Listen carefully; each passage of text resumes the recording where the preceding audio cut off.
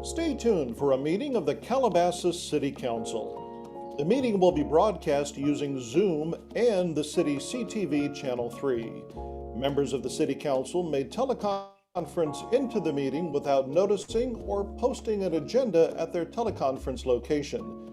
Besides the live TV and Zoom broadcast, the live stream of the meeting may be viewed online at cityofcalabasas.com/CTV Live.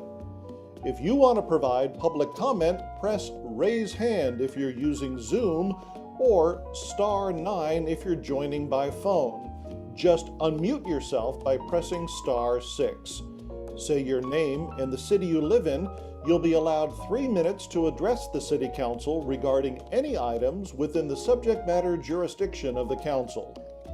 If the power or internet goes out lasting more than 15 minutes, or if there's some event that prevents the Council from meeting or prevents you from providing public comment, then the meeting will be adjourned.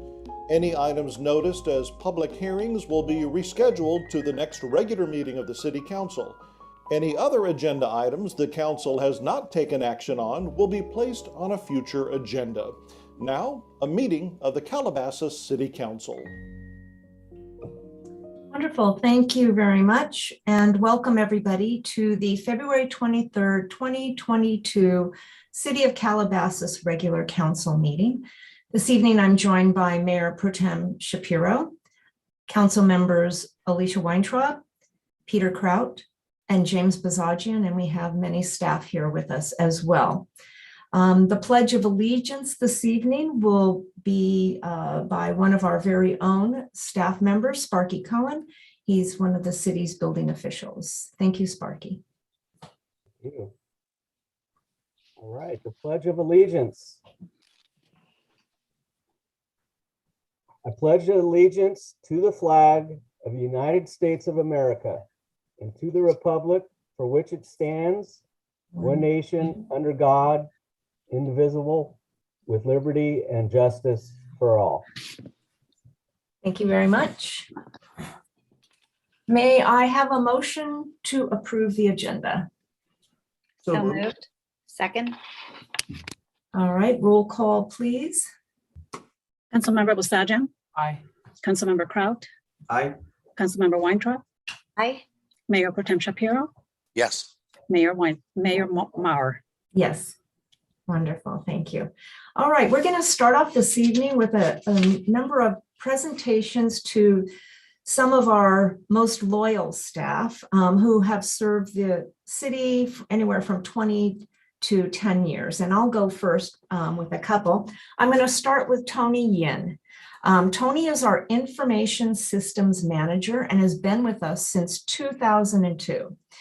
Tony knows the city's IT's infrastructure inside and out and provides an extremely valuable service to not only to the staff, but to the residents too.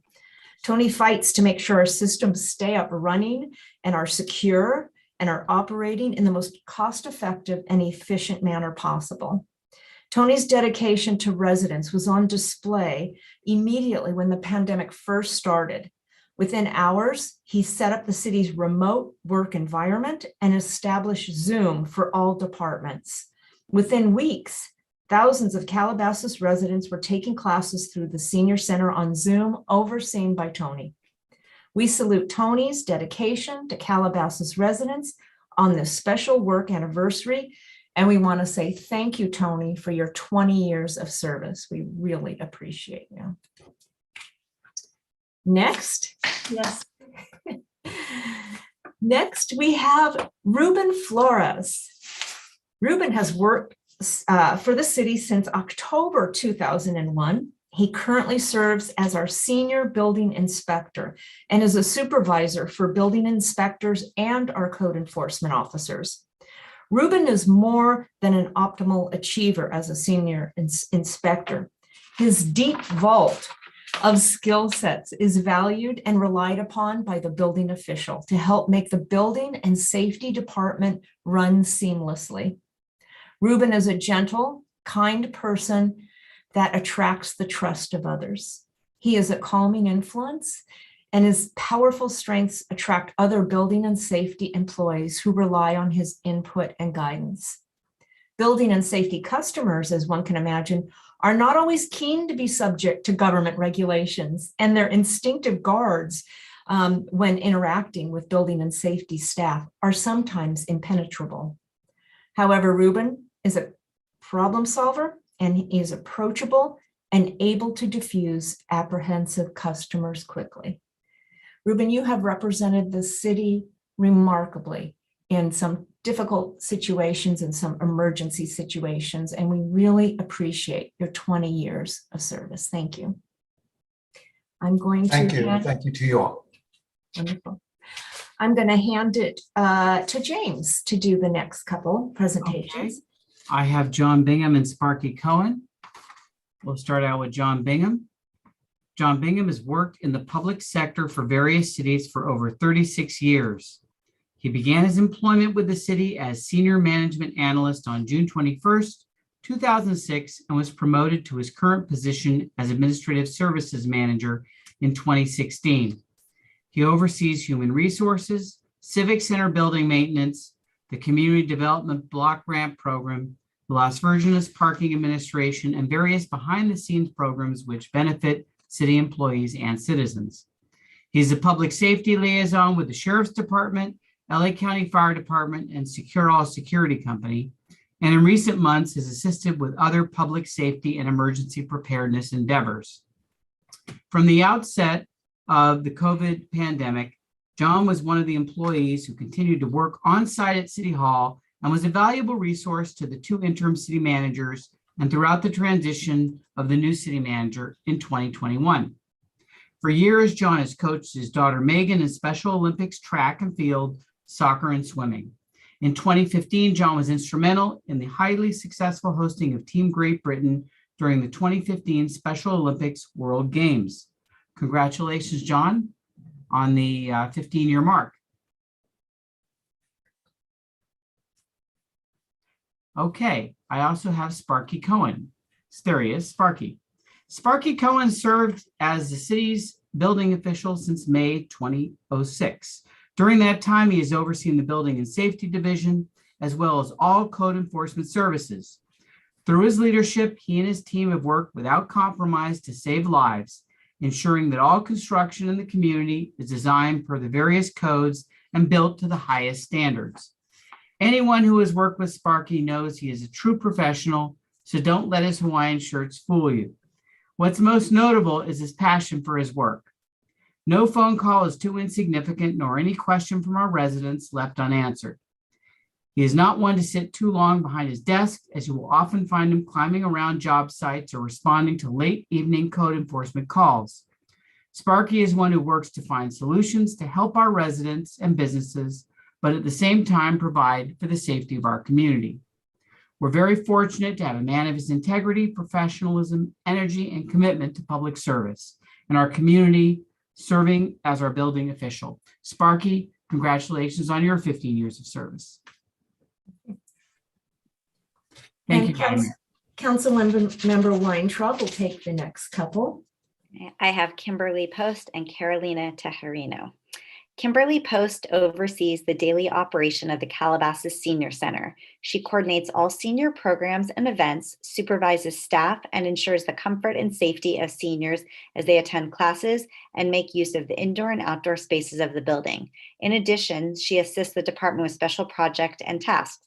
Kimberly has been with the City of Calabasas since 2006, serving as recreation coordinator at Deanza Park until the Calabasas Senior Center opened in 2016 when she was named facility supervisor. Kimberly is known and appreciated for her creativity, incredible skill at multitasking, her unflappable personality, and her compassionate relationship with the senior community. She is a valuable asset to the City of Calabasas and its entire community. Congratulations, Kimberly. Thank you. Can I quickly say something? Of course. Okay. I just want to say it's been an absolute pleasure working with our senior community, and it's truly been rewarding. I also wanted to congratulate later in this meeting, the Senior Center Volunteer of the Year is going to be announced. And I wanted to say that I'm so proud of all of our volunteers, and they've been so instrumental in making our center the success that it is today. So thank you, everyone. Thank you. Next, I have Carolina, who joined the finance department in 2011 as an executive assistant supporting the chief financial officer and finance staff. She was then promoted to an accounting specialist doing the city's accounts receivables, bank deposits, and daily cash reconciliation for permit counter transactions. In 2019, she was promoted and joined the administrative services department as the human resources specialist, operating the day-to-day aspects of the city's human resources program. Carolina's interpersonal skills, professionalism, dependable work ethic, and ability to multitask several projects make her an invaluable employee, and we wanted to say congratulations. Thank you. Thank you for acknowledging my 10 years of service. I really enjoy working for the city, and I hope for many more successful years to come. Thank you very much. Thank you. At this point, we're going to go around Madam Clerk, I don't know if any other people that were recognized want to say something, but if they do, they could raise their hand. And I'm going to ask our city manager, Kindon Meek, to just say a few words about these employees.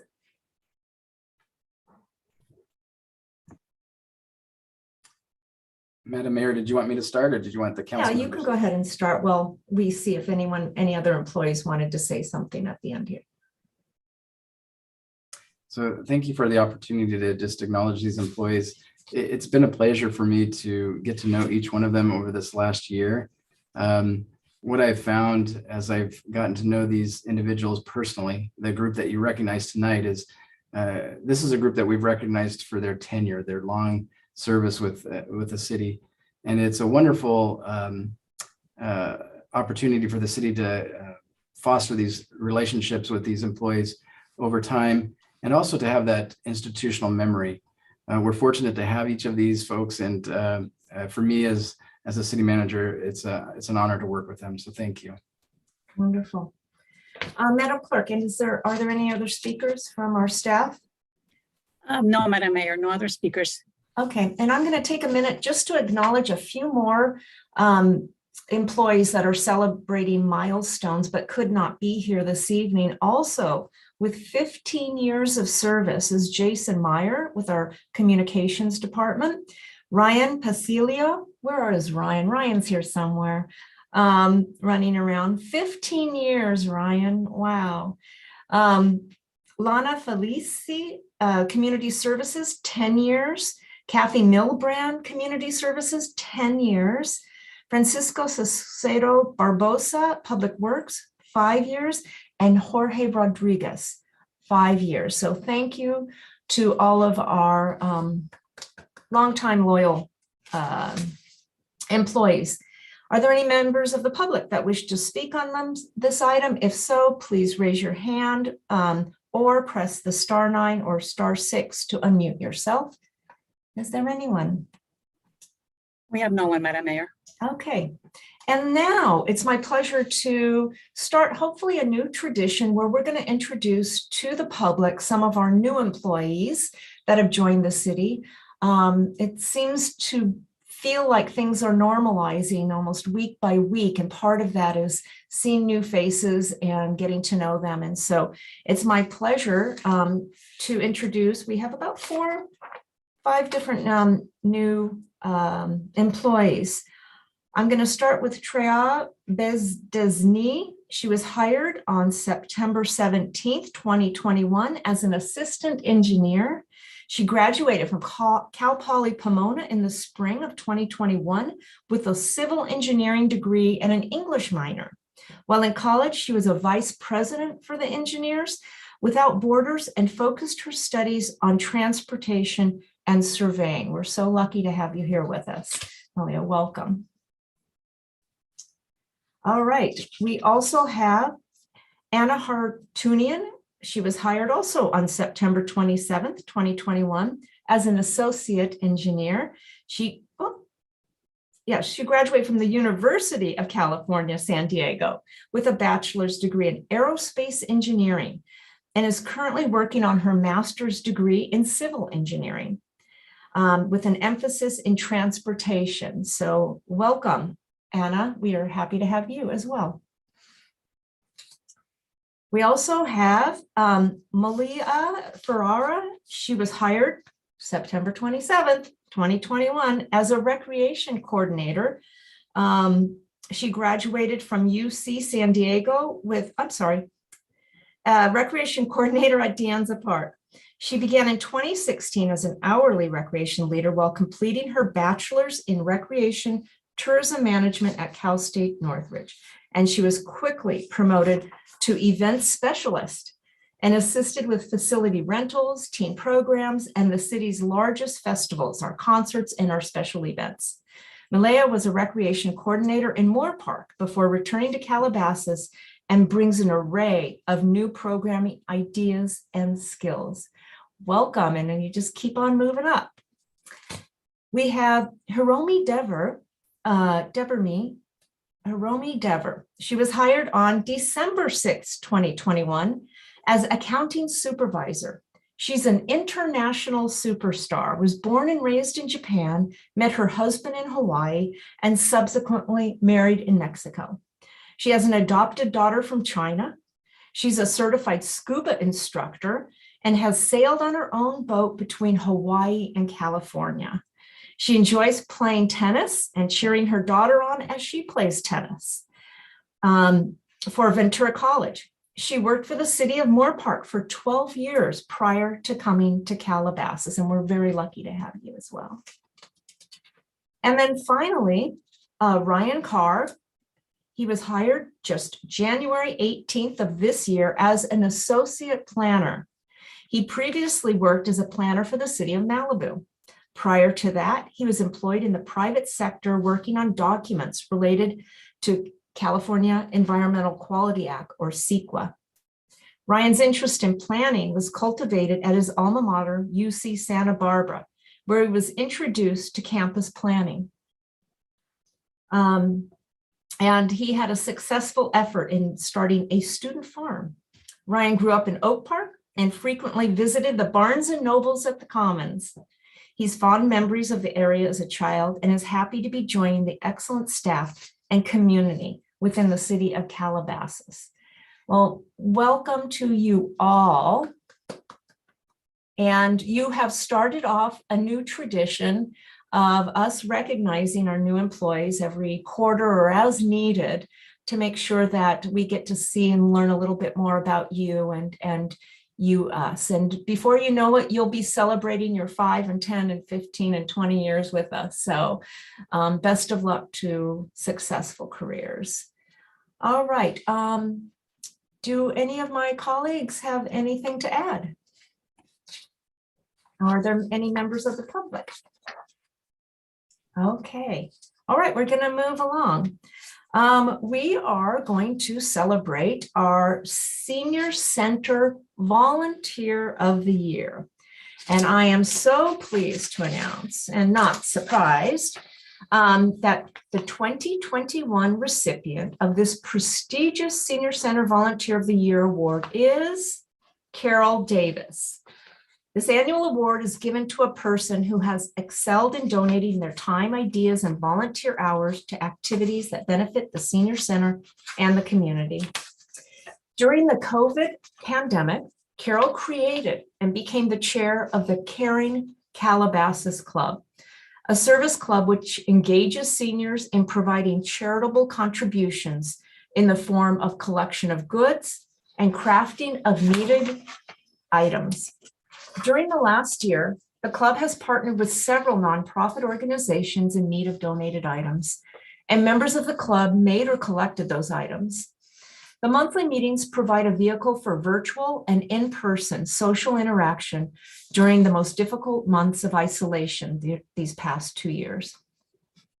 The Caring Calabasas Club has collected, and just imagine this in this short period of time, over 4,000 pairs of shoes for Shoes for Souls, 6,000 books for Books Build Bridges, 1,160 pairs of eyeglasses for the Lions Club International, they crafted over 1,400 greeting cards for Operation Gratitude, over 900 new toys for the Volunteer League of the San Fernando Valley, knitted 140 hats for Operation Gratitude and My Stuff Bags charities. Oh, and for My Stuff Bag charities, they knitted 150 scarves. They knotted 50 blankets for My Stuff charities, made and delivered fleece blankets and duffel bags to the Calabasas Sheriff's Station for use in their comfort room, delivered 130 handmade hats for premature babies in the NICU of Kaiser Permanente in Panorama City. And as we speak, is conducting until the end of the month a food drive for the West Valley Food Pantry. You can drop off your bags of donated items at the senior center. Carol Davis served as a task force member for the creation of the Calabasas Senior Center and continues on the advisory board. She and her husband, Bill, are longtime Calabasas residents. Their grown children and grandchildren live in Calabasas, attend the local schools, and also contribute to our community. Carol Davis, it is my pleasure to know you and to congratulate you and thank you for everything you've done to touch the lives of so many people, many in the most vulnerable times of their lives. So I want to congratulate you. I'm going to ask you if you have anything to say. Well, I just happen to have a little something to say. Good. Good evening, Madam Mayor, City Councilman, City Manager, fellow seniors, family, including my sister from Finland who got up at 5 a.m, and everyone else that is tuning in. Those of you that know me, and some that still love me anyhow, know that Popeye and I have traits in common. I am what I am. I sometimes have a strong arm. I have a direct approach with a New York accent that nobody can mistake. I like spinach, sauteed with garlic, of course, and I often couch truths with a sense of humor. Tonight, despite my reputation, I feel more like olive oil, and I'm humbled and grateful to receive this award. Working with the staff, the seniors, and the City Council has been a rewarding experience that proves that government and the people can work effectively together for the common good. Since my retirement 11 years ago, when this process first started, it has given me an outlet for my energies, given structure to my days, though admittedly on some I just sat home and watched Netflix, given me interest in the happenings in my own community, and given me new friends and a new sense of satisfaction for helping others. Volunteering has taught me that at this stage of my life, an evening like this is as valuable as getting paid in dollars. That I have excellent job security, as it would be difficult to fire me, and that I am still capable of learning and compromise is possible, and that rewards come from the most unexpected places. I encourage more of you to volunteer at the senior center or wherever your passion lies. I will finish with a story from my grandchildren. We were having lunch at King's with them, and they said, "Grammy, there's a table over there with 4 grandmas sitting together, and we made a bet of $500 that you would know one of them." I glanced over and said, "No, I don't know one of them. I know all of them." They were impressed. Prior to volunteering with the seniors, I would not have known any of them. So thank you for the award, and especially thank you for making me a heroine with my grandchildren. I am glad I am what I am and that I live where I live. Thank you. Well, that was pure Carol. Funny, heart-touching, and thoughtful. Thank you very much. I'm going to ask if there are members of the public wishing to speak on this item about Carol. If so, please use the raise hand function or press *9 if you're on the phone, and *6 to unmute yourself. Madam Clerk, are there any speakers? Yes, Madam Mayor, Carol Washburn, followed by Rosa Besser. Good evening, Mayor Maurer and City Council members. My name is Carol Washburn, and I'm a longtime resident of Calabasas and also serve on the Calabasas Senior Center Advisory Board. On behalf of all the Calabasas Savvy seniors, I want to congratulate Carol Davis, my friend, on receiving the Calabasas Senior Center Volunteer of the Year Award. It has been incredibly rewarding to see growth of the Senior Center this past year with the new special interest club Carol created and chairs called Caring Calabasas, and the variety of projects and number of charitable organizations that benefit from them. Most importantly, our seniors were able to participate in diverse projects during another difficult year, keeping them engaged and adding to their happiness and general well-being. It had been rewarding to read the many letters of appreciation from the 6 project benefactors thanking us for our donations, delivered worldwide and locally to less privileged people and families. Carol, you are a tireless advocate for seniors, and we cherish your spirit and energy, and thank you for your amazing leadership, creativity, and accomplishments. Your drive, determination, and effort have been exceptional. Your leadership within our team of volunteers has truly been outstanding, and together we have achieved first-class results. With Carol Davis, there is never a dull moment, never a dull day, never a dull month or year. You are amazing, and we can't wait to see what we can achieve together in the future. Congratulations, Carol, on your well-earned award. Thank you. Thank you. Rosa, please go ahead. Carol, I enjoy all the activities at the senior center, and I enjoy you. But I want you to know that you have been my inspiration for activism. And you know what I'm talking about, as does everybody else. You are a wonderful role model, and we need more people like you. So thank you, and carry on, girls. Thank you. Madam Clerk, is there? Well, yes, Madam Mayor, Laura Weishar, followed by Charlotte Mayer. Good evening. Hello, I'm Laura Weishar. I'm a 7-year resident of Calabasas, and I am co-chair of the steering committee and on the advisory committee for the Calabasas Senior Center. Mayor Maurer and our city council members, thank you for the opportunity to honor Carol Davis today. Carol is an exceptional person. Her priorities in life have always been the love and well-being of her family, friends, and community. In 1970, as a wife and young mother, she started a business from her kitchen table, Davis Research. Her vision, intelligence, and hard work grew Davis Research into a major firm with international clients, including Toyota. Now, as if this wasn't enough of an accomplishment, in retirement, Carol moved on. She co-founded the Savvy Seniors and the resulting Calabasas Senior Center. The Senior Center has been a national award winner, and importantly, the center has enriched the lives of over 6,000 attendees since inception, with the 200 programs and activities it offers annually.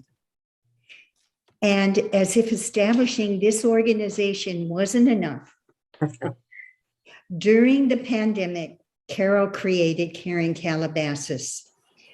The success of Caring Calabasas is evident based on the numbers of donated items and the impressive partners it's had this year. However, that's only half the equation. These efforts allowed the senior population, which during the pandemic was vulnerable, isolated, and feeling helpless, to feel useful again. And if all this wasn't enough, Carol has been loved and respected by her family and all who are lucky to call her a friend. Carol, we thank you. And I think I speak for everyone when I say we can't wait to see what your next big is. So thank you, Carol. Thank you. Thank you.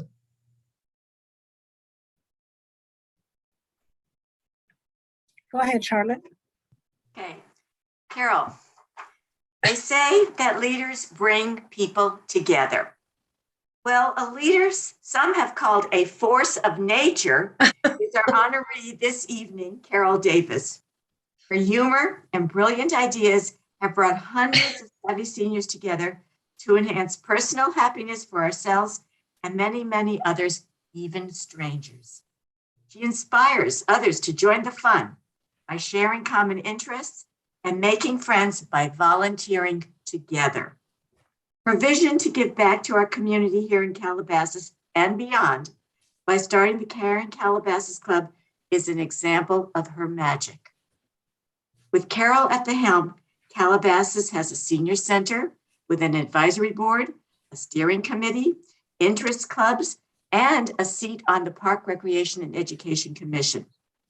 The Savvy Seniors of Calabasas is a respected brand that is always growing and creating new involvement ideas to serve our community. Thank you, Carol. You are an inspiration. Oh, thank you. Thank you, everyone. Madam Mayor, we have an additional speaker, Diane Trotta Hansen. My sister, I have to say, not one in Finland. This is the one in Pacific Palisades. And thank you, Carol, for always being a leader in our family. My big sister has always been an inspiration to me. And I'm so pleased that you all have recognized her good works, not only in Calabasas, but others as well. She's an inspiration to our family. And I appreciate you as a big role model.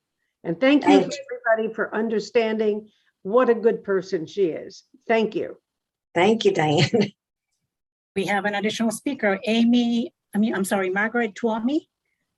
This is the one from Finland. Yes, this is Carol's sister from Finland. And I would just like to agree wholeheartedly with everything Diane said. And I want to say, go Carol.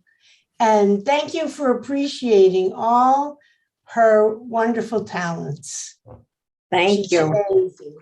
You know, they had a cousin Zoom today that I wasn't at.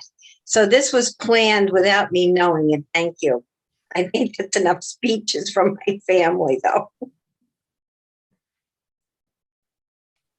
Madam Mayor, we have no additional speakers. Okay, well, that was simply wonderful to hear Thank from you. the community and hear from your own family. You are a gift to us, Carol. Thank you very much. And Thank you. I can't wait to see what you do next. Either. Thank you. Thank you. Okay. All right. Are there any further comments from my colleagues? All right. Seeing no hands. Oh, Mayor Pro Tem Shapiro. Thank you. I just wanted, again, I did not get a chance, but I want to congratulate everybody in the city staff for all their efforts and hard work.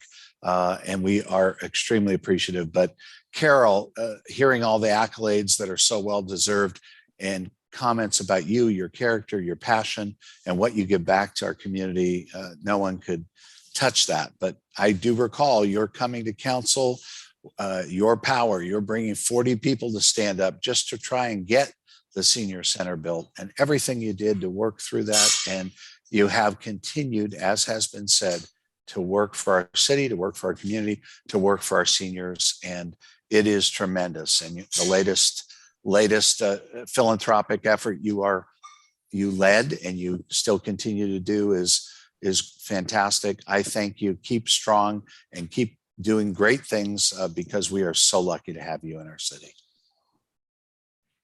Councilmember Weintraub.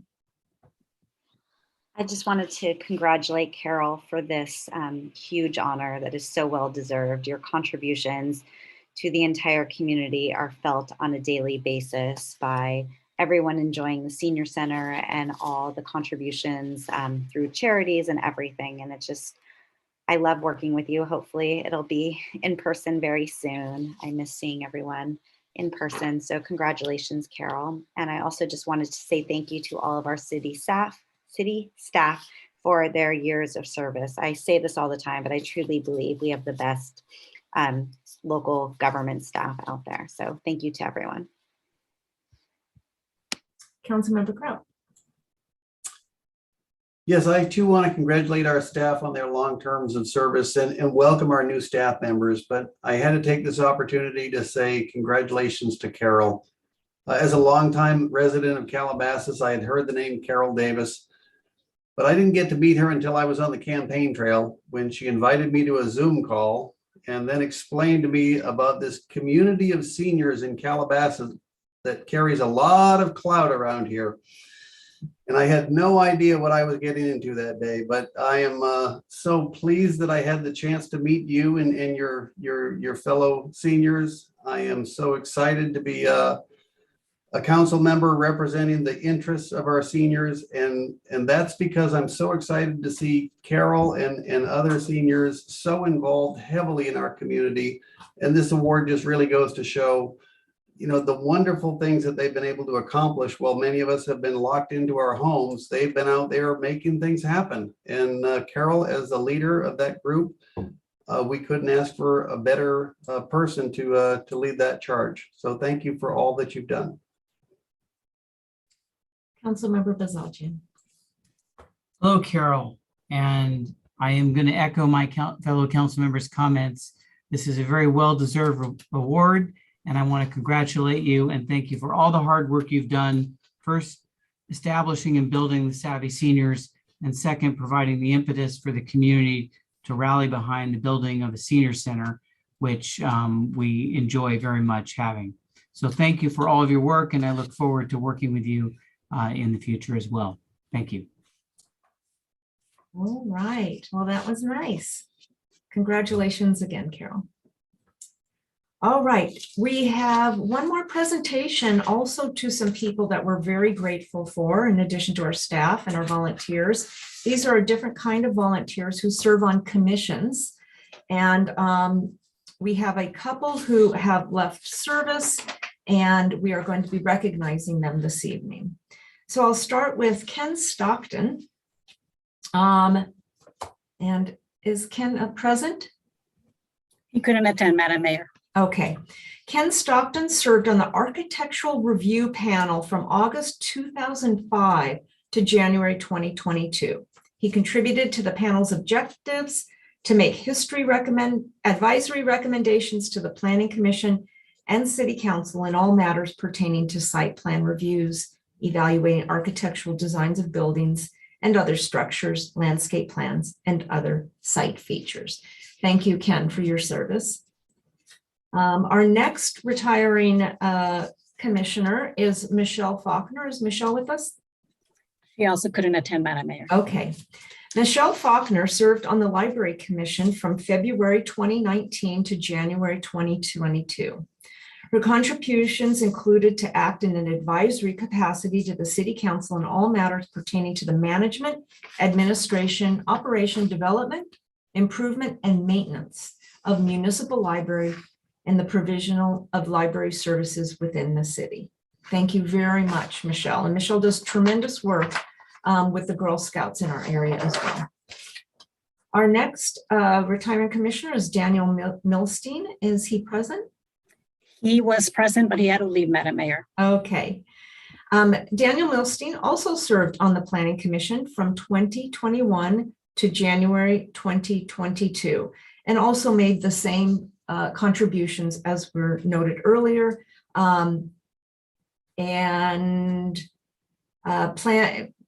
He contributed to the Commission's objectives to prepare and recommend to the Council a comprehensive long-term general plan and amendments to that plan for the physical development of the city and of any land outside its boundaries. So thank you very much for your service. And then we have recently, the Mayor's Youth Council has reorganized itself, and a number of new individuals are now serving on the Mayor's Youth Council, and some are outgoing. And I'd like to acknowledge those. And there's many of them here tonight, and that's wonderful to see. And hopefully, if you can, stay for the discussion about the youth and teen recreation activities, or shoot us an email and let us know. But if I could acknowledge the following, we have Melissa Eddy, Jack Elginer, Olivia Haber, Anika Kolanu, Alexandra Kursika, Kevin Nizari, Gia Perel, Zachary Samuel, Matthew Shapiro, Kirsten Stepanovsky, Paranese Tofugi, Benjamin Sweeney, Jacob Rassoff, and Zachary Rassoff. And you had a really incredible year together under unique circumstances of having to Zoom it, but you had so many successes. And I know some of you will be staying on, but thank you very much for your service to our community. I hope you enjoyed it, and I hope you'll help us register some more young adults. We've got some work to do ahead of us. So thank you very much. Are there any comments from my colleagues on any of the outgoing commissioners or our Mayor's Youth Council? Raise your hand, please. And are there any members of the public wishing to speak, Madam Clerk? We have no members of the public, Madam Mayor. Okay. Thank you again to our Mayor Youth Council group. Appreciate your service. All right. We are now moving on to council announcements. I will start with Mayor Pro Tem Shapiro. Thank you, Madam Mayor. A couple announcements. I had the pleasure to represent the city yesterday in providing a certificate of appreciation for a retiring paramedic firefighter, Todd Guess, for 30 years of service. He came to Calabasas to serve at station number 68 in 1997, and I'm sure many of you have met him, seen him at events throughout the years, and he is going to be moving with his family to spend time with them out of state. So they were very appreciative. There were a lot of people there honoring him and everything he'd done. I also want to mention Calabasas High School had a busy sports couple weeks. Calabasas High School girls and boys basketball both made it to the quarterfinals of CIF, as did boys soccer. They all did exceptionally well. And last but not least, tomorrow is the annual concert, first concert in a long time at the Calabasas High School PAC for the music program at 7 o'clock. There's a very few tickets left. Thank you. Thank you. Councilmember Weintraub. Let's see, let's start with some good news. So starting on Friday, LA County has modified our local health order so that vaccinated individuals can go into establishments that check for vaccination verification and not wear a mask. So this is a huge milestone for LA County, and we are thrilled that we've made so much progress. How it will actually be enforced is another question left to be seen, but we can celebrate the progress that's been made. And I think that's something that Calabasas has an exceptionally high rate of vaccinated residents. And I know we all worked really hard together to get to this point. So starting on Friday, fully vaccinated individuals will be able to go maskless in establishments that ask for vaccination. So that's very exciting. So on the positive news, just wanted to also reiterate that speeding in our community is continuing. It seems to be the #1 complaint that I get from residents. How can we make our streets safer? So especially when you are driving through school zones, please, please slow down. There's nothing that is that important that you need to be speeding in our community, especially when children are walking to and from school. We have to work together to keep our roads safe and make sure that children are safe crossing the streets to get home. So please slow down and do your part to keep Calabasas safe. Thank you. Okay, Councilmember Bazagian. Yes, I have two announcements.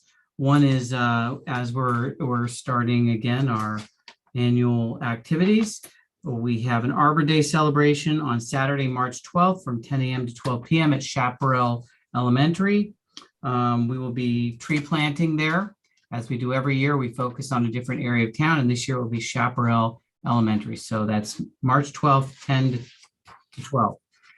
Followed on April 16th by our Earth Day Festival, 2 p.m. to 5 p.m. And that's going to be on Las Virgenes Creek at the Albertson Center, or it's called Creekside Village formerly. And we will be able to have our outdoor activities on that trail again, where we have vendors and various environmental focused activities. So thank you. That's free of charge. Both events are free of charge. Thank you. Before I move on to Councilmember Cutt, I do want to say that those list of activities that are coming up, it would be great to see the public turnout for those to help us return to some normalcy and celebrating activities together. Councilmember Crowe. Yes, thank you. I would like to announce that on Thursday, March 3rd, our Calabasas Chamber of Commerce will be resuming their networking lunch. It'll be 11:30 to 1 at Lovey's Delicatessen, and you can RSVP for that at calabasaschamber.com. Wonderful. Thank you for that. And I would just like to acknowledge a couple staff people. Last night was Calabasas's night of one of 3 nights that the entire LA County was organizing volunteers to count the homeless population. And that information, that data will be used in targeting services to help those individuals transition from being homeless to getting services and hopefully be housed. And I want to acknowledge a few people, specifically Michael McConville, who actually spearheads our homeless outreach program, and Michael Klein in our planning department, who also was out until late at night. It was very cold. And we also had the Parks, Recreation, and Education Commissioner, Julie Elginer.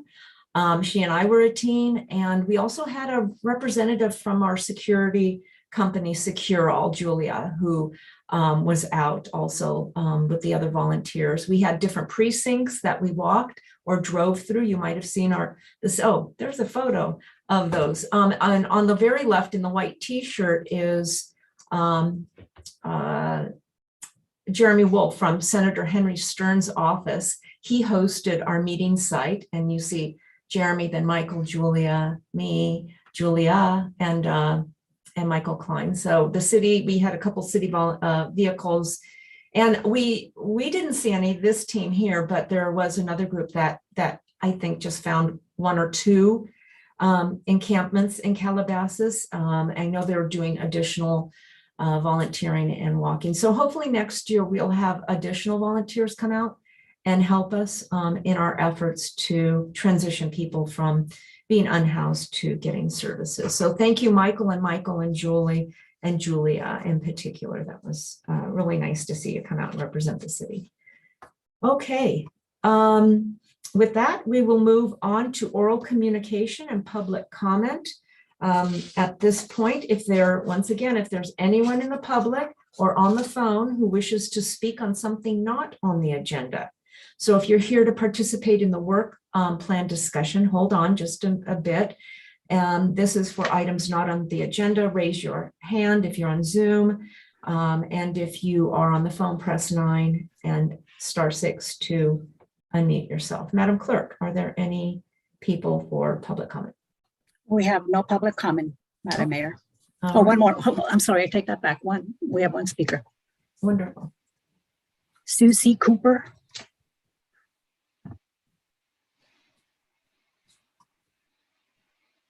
Susie, please go ahead, state your name, the city you live in.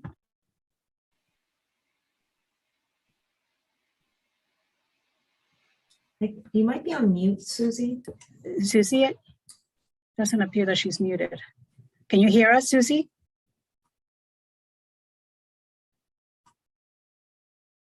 She may be having technical difficulties. Susie, Ms. Cooper?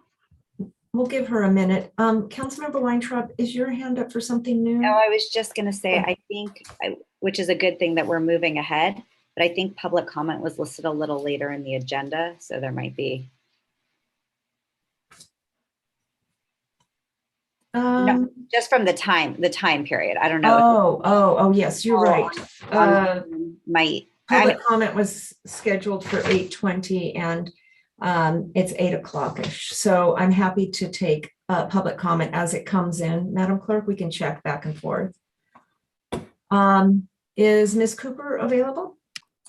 We'll try her one more time. And then is there anyone else? We have no one else, Madam Mayor. Okay, we'll come back to public comment. Let's move through consent items. We have consent items 1 through 4. Does anyone wish to take any of the consent items off? Yeah. I see a hand. Yes, Mayor Pro Tem Shapiro. Thank you. Just item number 4, so I could introduce and hopefully Yes, you can indeed. swear in. We definitely have some activity around that item. Is there a motion for items 1 through 3? So moved. A second. I'll second that. Okay, roll call. Councilmember Bozajian, Aye. Councilmember Kraut, Aye. Councilmember Weintraub, Aye. Mayor Pro Tem Shapiro, Yes. Mayor Maurer. Aye. Carries 5-0. Go ahead, Mayor Pro Tem, on item 4. Oh, thank you. I'd just like to introduce, hopefully he is on tonight, or else I'll ask Mari if he is on the call. Michael Human, who is my recommending him for the Historic Preservation Commission. He is Mr. Okay. Shapiro. He's in. Thank you. And he is, we had a wonderful discussion. There were 2 great applicants, and the other applicant actually is applying, and hopefully if the future holds it properly for him, he will have the opportunity to serve the community center. He's very interested in helping in that regard. But Mr. Human has served many years in a volunteer capacity and is very interested in history and the arts. He served as the almost 20 years as an Autry Museum trustee and numerous other things that you can see in his application, which is attached in the agenda. He is very interested in the history of our city and preserving it, and even doing some things that maybe the Historic Preservation Commission hasn't yet done. He's very excited to serve, and I hope we will all approve him. Mr. Human, would you like to say anything before we take a vote? Well, my wife and I moved to Calabasas in 1989. We've been here ever since. As I mentioned to you, David, soon after we arrived here, we ended up with Dennis Washburn knocking on our door and saying we ought to have a city. And so we've done that, and you are all running it, and thank you very much. And I've been very interested in the history of Calabasas ever since we moved here, and would be delighted to work with other people who share that interest. All right, well, thank you. So is there a motion to approve this appointment to the Historic Preservation Commission? I would love to make that motion. Is there a second? I'll second that motion. There you go. May we have roll vote, please? Councilmember Bozajian, Aye. Councilmember Kraut, Yes. Councilmember Weintraub, Yes. Mayor Pro Tem Shapiro, Yes. Mayor Maurer. Aye. Carries 5-0. Congratulations, and thank you for volunteering to serve on the Historic Preservation Commission. We're going to take a minute, and I'm going to give you the oath of office. I'll repeat a few sentences at a time, and you'll repeat after me. Are you ready? Yes. Raise your right hand. I, and then state your name. I, Michael Human, Do solemnly swear do solemnly swear that I will support and defend the Constitution of the United States and the Constitution of the State of California that I will support and defend the Constitution of the United States and the Constitution of the State of California against all enemies, foreign and domestic, against all enemies, foreign and domestic, that I will bear true faith and allegiance that I will bear true faith and allegiance to the Constitution of the United States and the Constitution of the State of California, to the Constitution of the United States and to the Constitution of the State of California, that I take this obligation freely that I take this obligation freely without any mental reservation or purpose of evasion, without any mental reservation or purpose of evasion, and that I will well and faithfully and that I will well and faithfully discharge the duties upon which I am about to enter. discharge the duties upon which I am about to enter. Wonderful. Congratulations again. Thank you very much. Okay. All right, we are going, are there any other comments from my colleagues? And if not, we'll move forward. Wonderful. All right, we are now under item number 5, new business. And this is a continuation of the meeting from last week where we had discussions about 2022-2023 strategic priorities in our work plan. Our presenters this evening are Kindon Meek and Michael McConville. Welcome. Thank you, Mayor. Thank you, council members, for this opportunity to continue this discussion.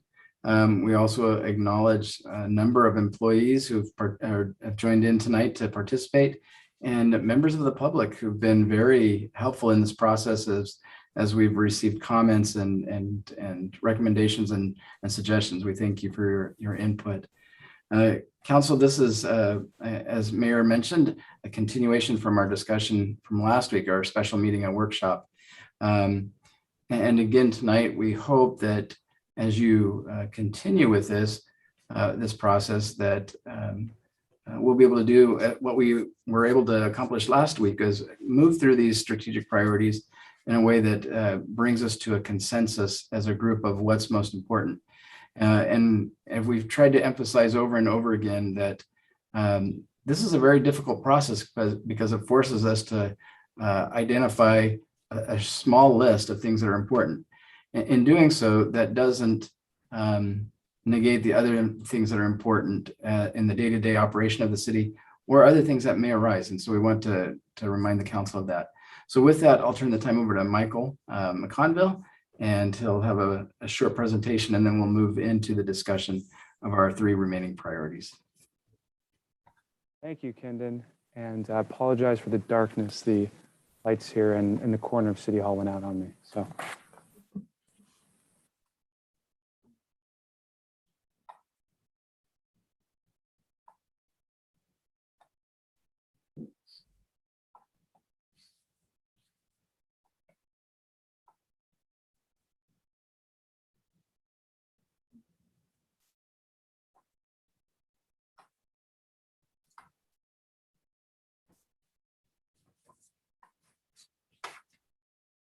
Is the presentation up in front of the audience?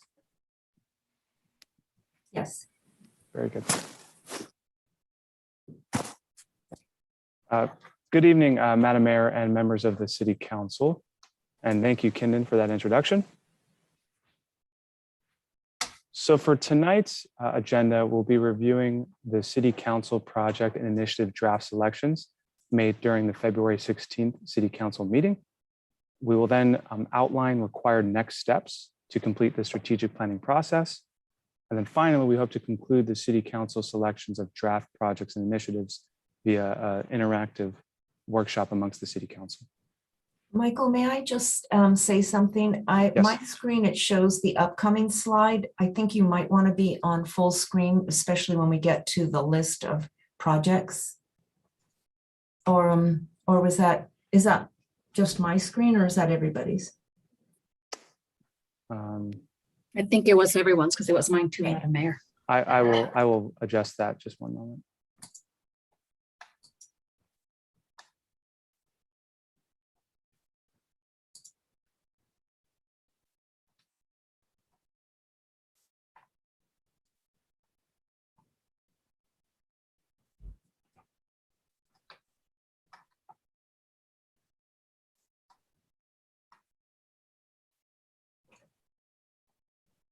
There we go. That looks great. Very good. Thank you. Okay. So again, item number 3 will conclude with the City Council selections of draft projects and initiatives with an interactive workshop amongst the City Council members. So before we move on, I think it's important to identify the strategic planning process just one more time. Again, this is a process that allows us to bridge the gap amongst a mission statement, purpose of the city, desired focus for future of the city, and then ultimately into projects, initiatives, and a work plan that allows for resource allocation and the implementation guide. Where we currently reside is in between the projects and initiatives and the strategic priorities, policy and strategy frameworks, which we'll get into in just the next few slides. So once again, strategic priorities can really be thought of as policy and strategy areas of focus that guide and align city decision-making.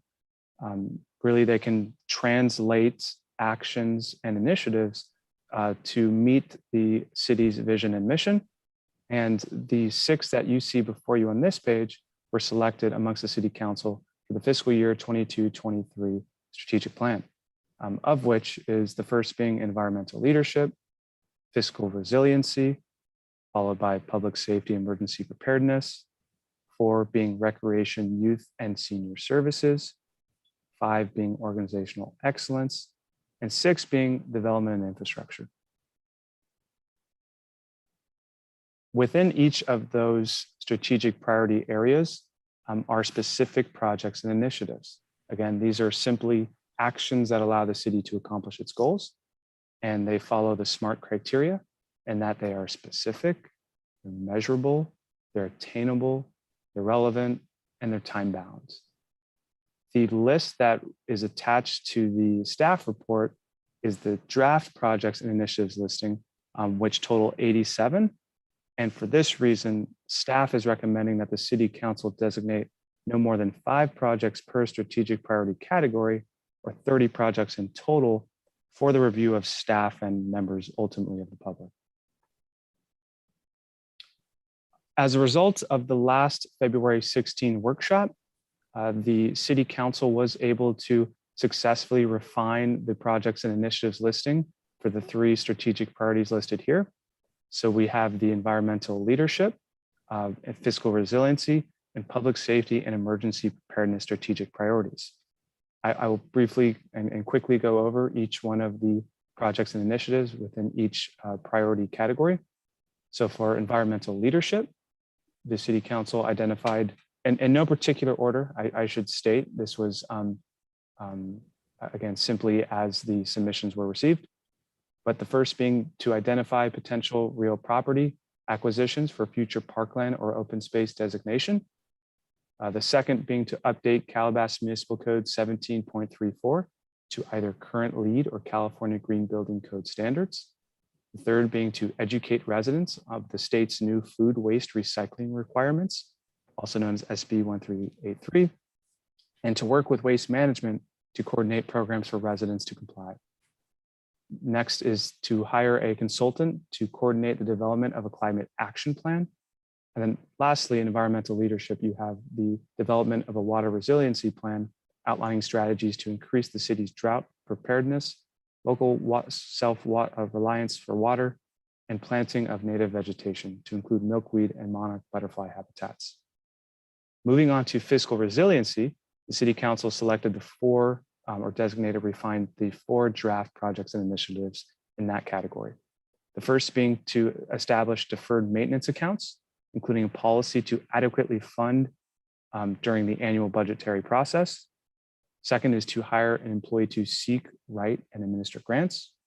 The third is to create an economic development plan to attract businesses, fill vacant properties, and promote advantages of conducting business in Calabasas. And then finally, in fiscal resiliency, to create a general fund reserve policy. The last strategic priority category that projects and initiatives that was refined was public safety emergency preparedness. So the first item on this list was to improve resident outreach during emergency events by promoting and consolidating alert systems. This includes Blackboard, Alert LA County, Nixle. Second is to conduct a feasibility study regarding the stationing of cell towers on publicly owned sites to expand coverage areas. The third being the development of a city readiness and education initiative for earthquake and fire emergencies, including home hardening and support for fire safe councils. The fourth is to review the Los Angeles Sheriff Department services and consider opportunities to realign funding and services, including open space, response, and HOA neighborhood watch. Finally, is the development of an expenditure plan for Woolsey Fire Settlement Funds. So this brings us to the continuation of the workshop to tonight, in which the goal is to refine the last three projects, or the last three strategic priorities, projects, and initiatives, again, to designate no more than 5 per strategic priority category. Again, the considerations: staff is seeking project and initiative recommendations that are significant and fall outside day-to-day operations, specific, measurable, and also ones that can be achieved within the 22-23 fiscal year timeframe. A couple items to note: the City Council may add additional projects not listed here in the draft list. And then finally, clarification and discussion on projects is certainly encouraged. Before we get into the workshop, last slide here is a timeline for the 22-23 strategic planning process. Very quickly, in January, the City Council selected its strategic priority categories.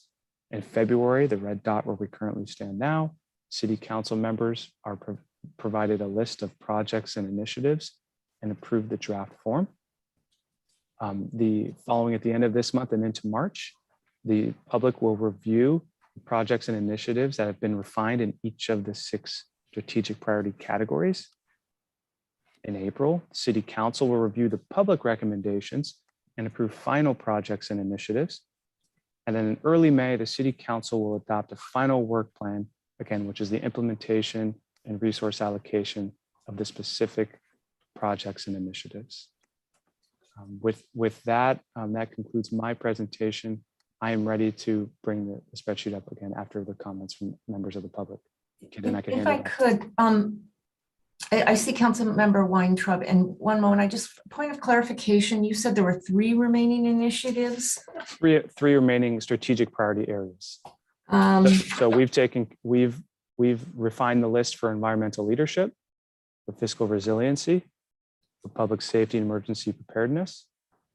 The last 3 would be recreation, youth, and senior services, organizational excellence, and then development and infrastructure.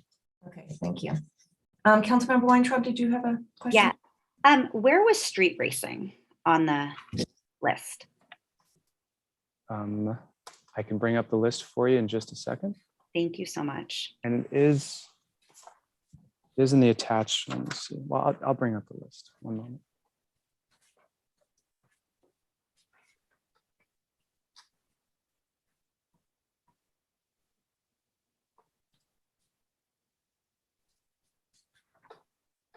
I'm going to go around and see if anyone else has any comments on of what we've covered so far. So after Councilmember Weintraub, I see Mayor Pro Tem Shapiro, and anyone else, now would be a good time. So here on number 25, you'll see the development of a plan to address street racing concerns under public safety and emergency preparedness. This was a 2, number 2. If we selected the top 5. No, but remember we talked about we were adding it as part of the LASD services. We talked about that. It was added to 38. It was added. And especially in light of like the traffic situation at Mulholland and Eddingham, like we cannot let this one go. Great point. That's an oversight. And I'm happy to add that to number 38. I just want to make sure that that's on our priority list. Mayor Pro Tem Michael. Yep. I was going to make the same comment. The only other question was referring to the timeline.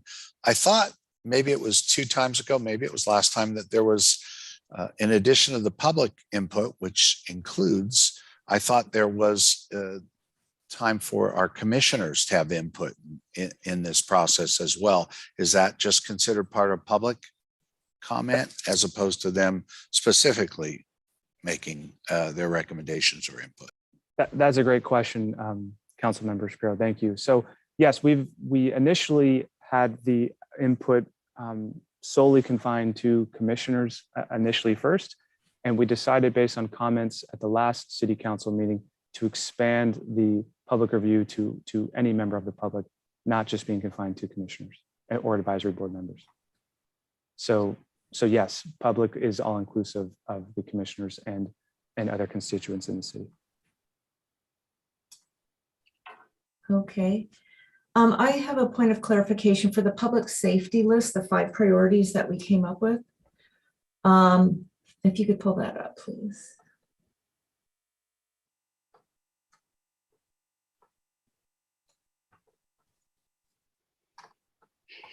Yes. Okay, so, oh, is that it? No, that's, you want me to start with that? It was actually the number 1 of the 5 priorities that we identified, which was number 24. But Michael, you're pulling that up for me, are you? Yeah, am I not? I believe it's up right now. Is that not? Oh, okay, that's one. I guess that's it. Yes. Mm-hmm. So on 24, the consolidate. It was written differently in your presentation. It said consolidate emergency alerts. The PowerPoint that you just did is what I'm looking for. I see this page. Yeah. And I'll tell you why it matters. Because I remember during the discussion we talked about we need to clarify our different tools and decide if we should streamline and just what is the best way to get outreach. And I at that time mentioned if we're talking about emergency alerts and information in general, we really needed to include, at least for consideration and part of the discussion, ham radios and AM radio stations. They also are 2 important tools in pushing information out. And I don't remember seeing that in the summary unless there was an agreement. I will review.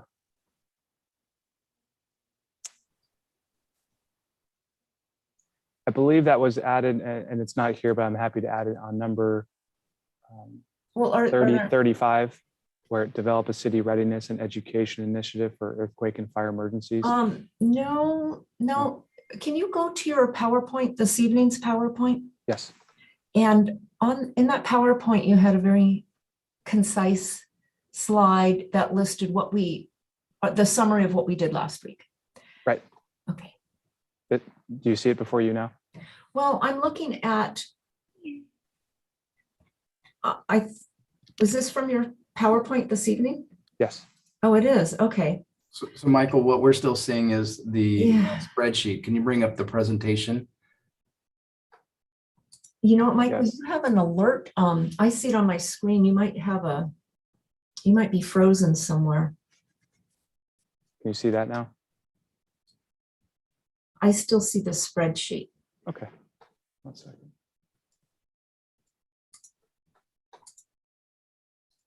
Michael, let me stop the sharing for you that you can reshare the screen. Okay. There you go.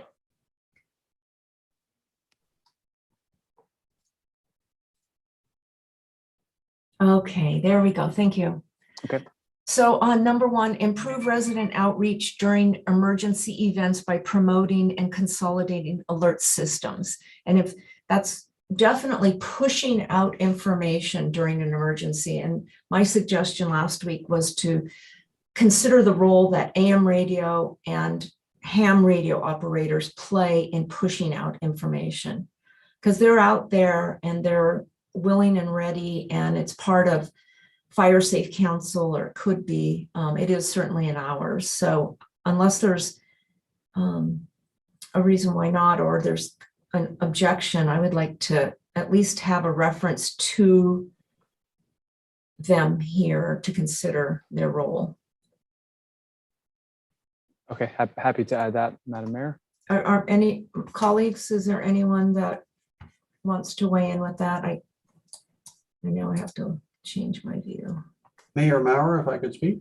Yes, there you are. Okay, Councilmember Kraut, yes. So when that item first appeared up there, it was about consolidating the alert systems. The trouble was too many locations to go get information. I'm not sure if we're rewriting the intent of what is there as we start adding. Are we looking at consolidating more so that they're all? That's a absolutely, I think, important question, and that's why I raised it too. They're out there. They're pushing information out too. Are they better than what we have? Could one of them switch out another? I mean, because they also push information, I would like them to be considered in their uses, maybe not necessarily using them, but considering if power's out, the other three do not work.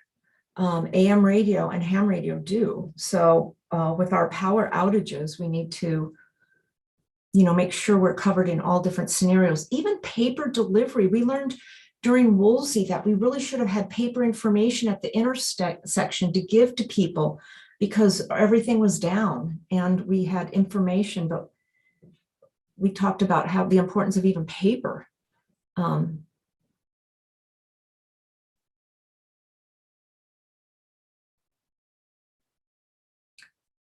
Maybe it could be added for now and removed at some point, but I think that if we're talking about emergency information being pushed out, we have our own AM radio station as well.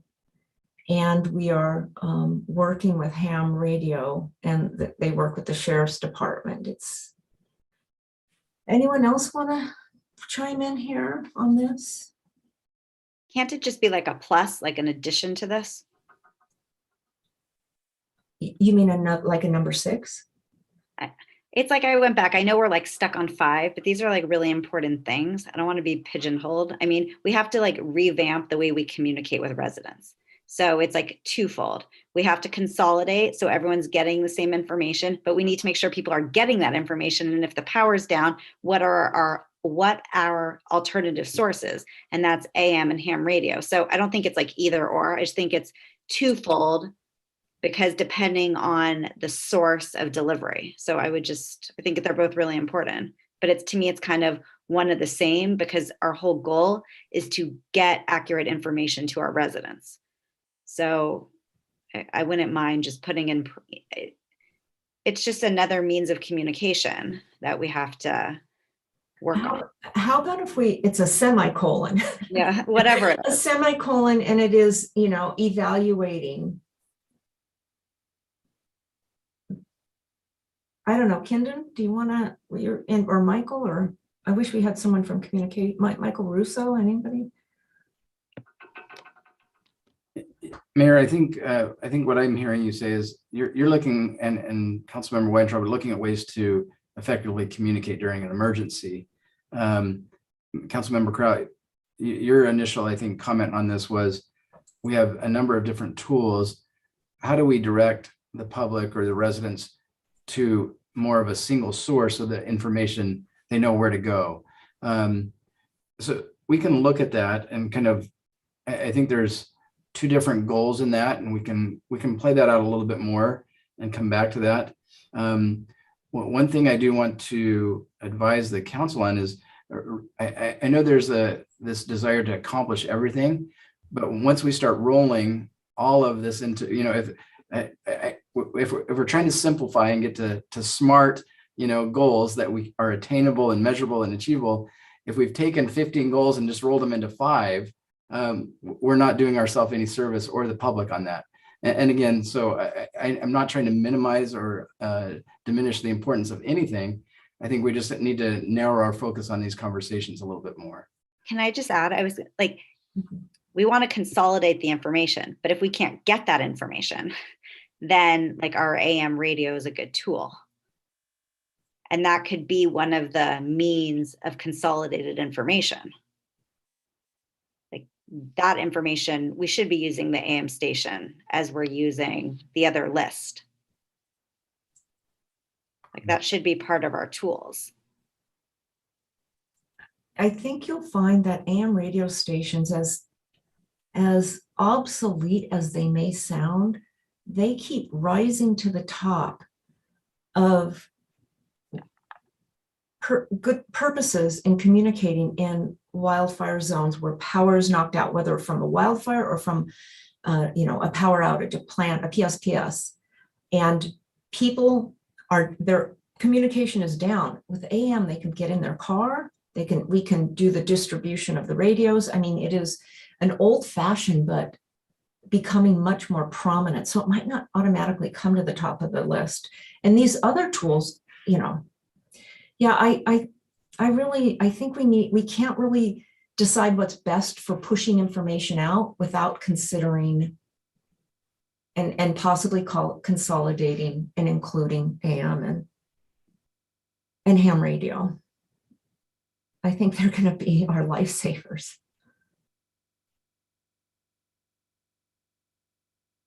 Michael, can you put the screen up one more time? Yes. And Madam Mayor, you do. Oh, sorry, on your PowerPoint. Okay. And Madam Mayor, while we're switching screens, we do have a hand up from Tom Bartlett. Okay, I don't see his hand. Mari? Yes, Madam Mayor, he had his hand up. We'll bring him in. He may have a comment regarding this. And does Michael Russo, is he on? Would he want to comment?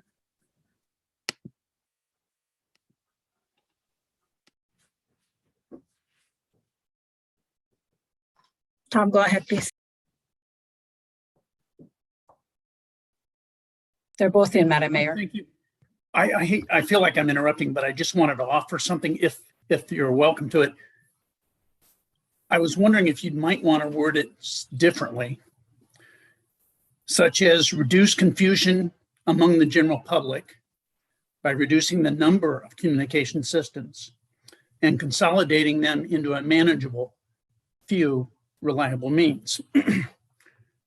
There was another thing I was going to suggest, and that is there's a lot of concern about public safety of this type, but we have a safety element update for the general plan that's coming along. So if you've got longer term things you want to do, don't forget about that. We'll bring it to you shortly. Thank you. All right, well, I'm not hearing, I think we need to somehow include it in the evaluation. Unless there's strong objections. Councilmember Kraut, if you feel strongly still or at all. I think the action item that we agreed on is to consolidate the number of platforms that we have going out there to create a single source, a single point where people can go to for information. None of that is talking about removing the AM radio or removing ham radios from the equation. So their role as they currently stand today is not on the chopping block here. This is just a different action item. Yeah, but they're as important, if not more important, than any of those three that we're evaluating. So, Michael Russo, your hand is up. Hi, good evening, Madam Mayor, members of the council. To go along with what's being said, yeah, the radio station is certainly a part of the emergency communications protocol or plan that we have here. So it is certainly in the mix every bit as much as the television channel, social media, the website is just another tool that we have in the toolbox. So it exists already as an emergency communications vehicle. There's no disagreement that it exists. It's that I believe that it should be, when compared to what we have, AM radio station is, I think, the most important tool. But you won't know that if you set it aside and just do the three that we have. So Kindon, I think you had suggested that you would consider it. You got a suggestion from Tom Bartlett on how to possibly approach, and maybe it doesn't work. Maybe it's biting off too much, but I think maybe you could take it from here. Yeah, I think there's two different items that, under discussion here. One, we're talking about apps, and I think we're trying to look at a way to consolidate those applications. And so that is different than the ham radio and the AM radio. We're looking at consolidating those, trying to minimize the number, or at least streamlining it so there's a way that instead of the residents having to go to multiple apps, they can either go to one app and we don't know exactly what that looks like. So I think there's some exploring there. The second part of this is continue to educate, I think, the community on the use of AM and ham radios, two different things. And so I don't see them as conflicting as much as they are. We have one that we're trying to consolidate apps, and another that we're trying to educate the community on how to use ham and AM radio equipment. Councilmember Kraft. Madam Mayor, if I could just maybe help end this. If the goal is to consolidate. Maybe. I'm hoping so. I think I have what you want. Maybe not. If the goal is to consolidate these apps and platforms and message boards and places where we go to for information on a day-to-day basis, when we have Woolsey fires, when we have, something going on where people are looking for information, and the banner at the top of whatever this website or app or platform is says, in a real emergency, you might need to go to our AM radio station. And so it could be easily promoted if we have a sole place where we're sending people to for information on a regular basis. So I think that can certainly be worked into this process. I just don't want to dilute the message of what this goal was. The goal was to give the residents one place to go on a regular routine basis for information. And a point of clarification, they don't go to these places. These places push it out. These are text, these are alerts. The info is pushed out. They don't go. Councilmember Weintraub. Just super quick, because I know we have so much to do, but can't we just Yeah. add? I'm just saying, if all of these methods of communication go down, we would push out through AM radio. It just seems like we just add that as part of our plan to push out. We're consolidating the information too, that all of these different sources aren't putting out different information, which was the problem as well. People might go to different sources, but they're going to get the same information. But I think we can talk about this forever, but I think it's just, we do not have reliable internet. We don't have reliable electricity in the event of an emergency. So people might go in their car and want to hear this information through their AM radio station. And I would expect that information to be there. Councilmember Bazagian. We're getting bogged down way too much in details. Yeah. Well, Tonight, we're supposed to do general categories. It's going to go through a vetting process and it's coming back. These are titles. Okay, we cannot spend this kind of time on each one. We'll never finish. Okay, let's wrap it up. I think there are serious concerns about where AM radio and ham radio fits in pushing out information, and would like to see it considered at somehow, somewhere. And it can't wait 18 months for the next round of a work plan. It has to happen now. I think there would be consensus there. Okay, any other comments about what we accomplished last year in Michael's presentation before we move to the next section, which will be Recreation, Youth, and Senior Services. And Michael, were you going to present those projects quickly? Yes, Madam Mayor. Wonderful. And then as council, as you recall, there was an order who went first and we rotated, and we'll continue with that rotation. And on this item, the first person it'll go Alicia, myself, David, James, Peter.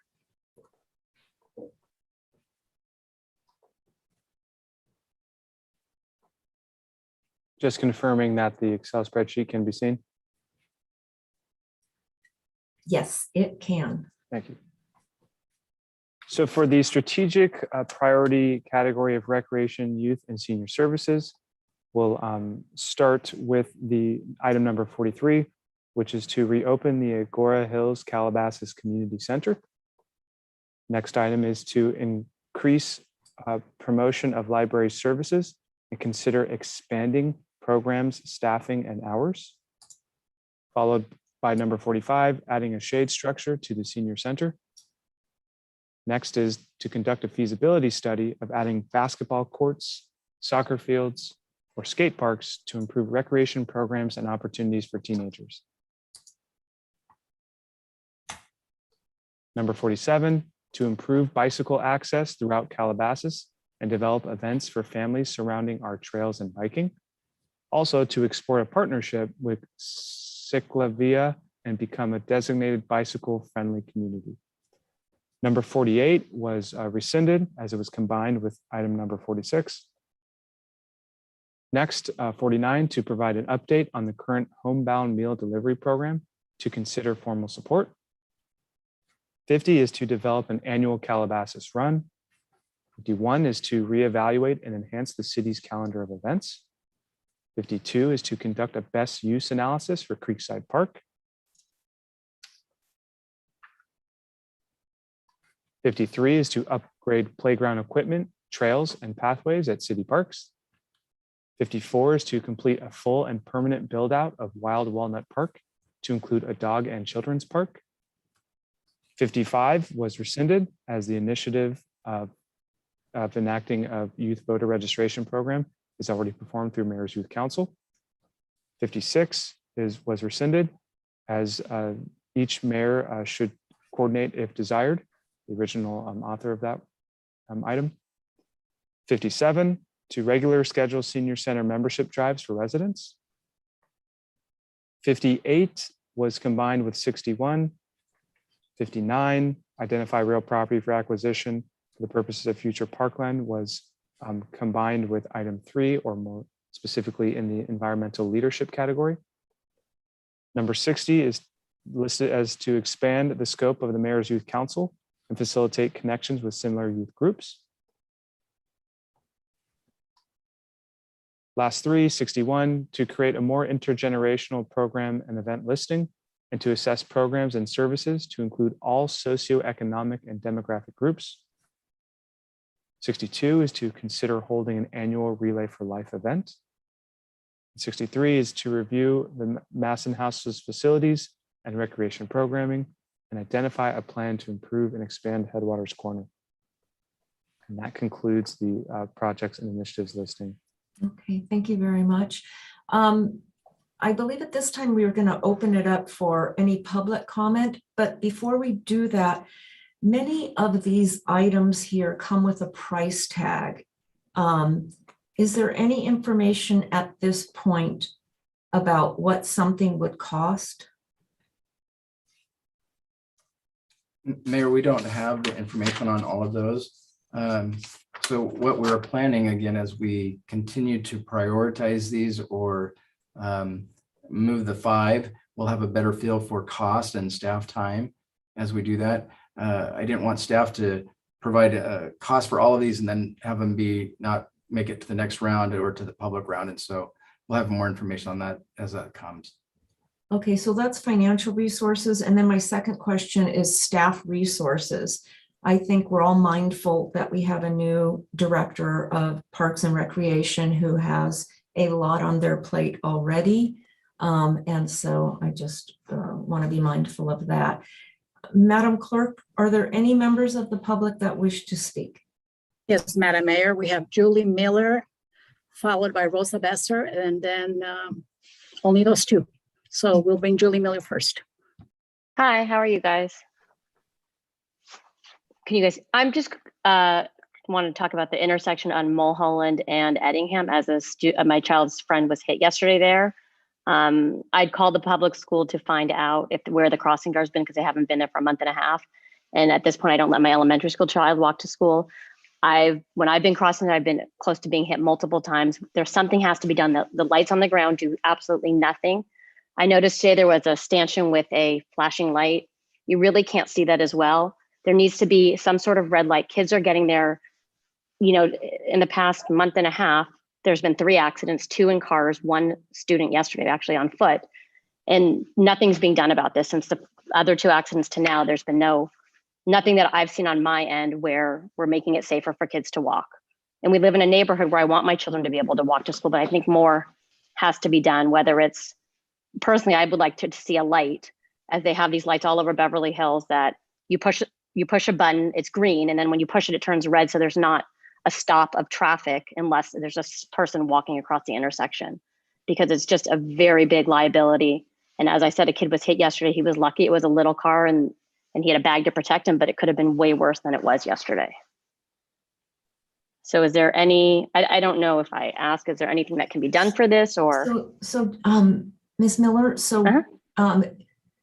your topic is not on the agenda. So we normally hear it during public comment, but we got ahead in the agenda. But Okay. what happens during public comment is we take note of your comments. We hear you loud and clear, but we cannot engage in a dialogue.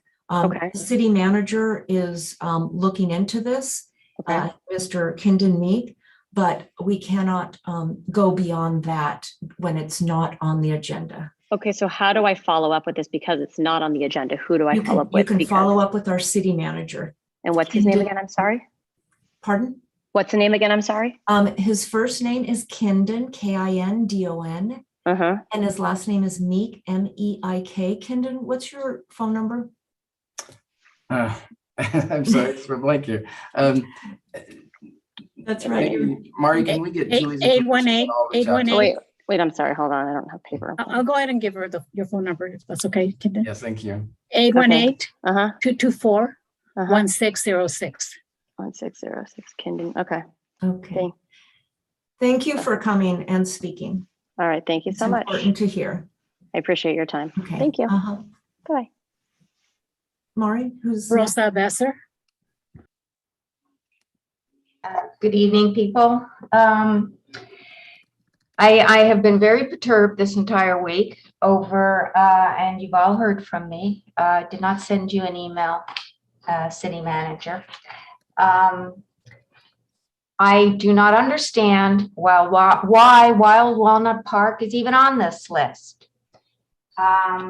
If you go back and check the video of the April 10th, 2019 City Council meeting, you passed, after multiple meetings that we've had, for Wild Walnut Park to be started construction on. The temporary park came in September of 2020. We've been through this process, and I am just totally perplexed as to why we are number 54 in a sea of 87 projects that you have already spoken to, addressed. We've had fun along the way and some tediousness. I do not understand why it's there. And let's proceed. It's been 5 years. It was approved. It was approved to be constructed in sections, if need be. And I don't know, I'm just baffled about the whole thing. There is a community out there, and you know we're out here, that very much wants to have a park on the east side of the city. We've been through a lot. We've gone through all the steps. Please, let's move on. I'm done. Mr. and Mrs. Sawara, I don't know who will be speaking. Joanne or John, please go ahead.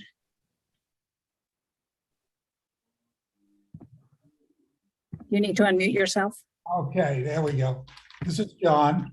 And reason I'm speaking is, I guess I'm speaking up for the west side of Calabasas a little bit.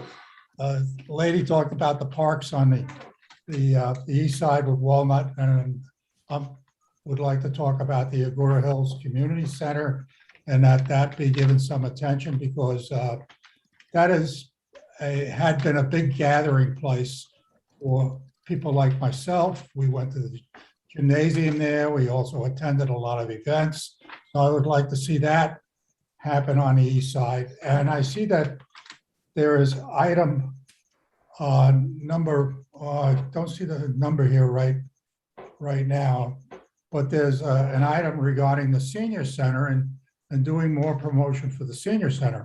Well, I think that there are activities at the senior center that came from the east side when the senior center was built, and De Anza Park.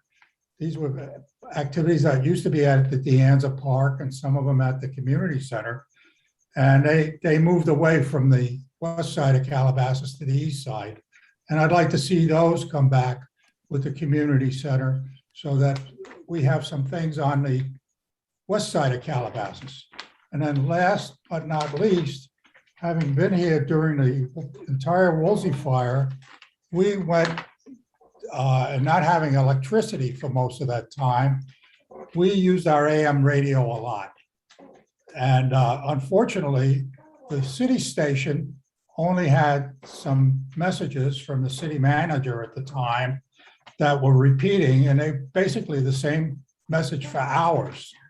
And what we did is we went over onto some of the other AM stations to get the latest updates on the fires. So yes, AM radio should be included as part of this, as part of the means of communication. It was our major means of communication. So thank you very much. Appreciate the opportunity to speak, and what you're doing is great. Bye. Sophia Hedrick.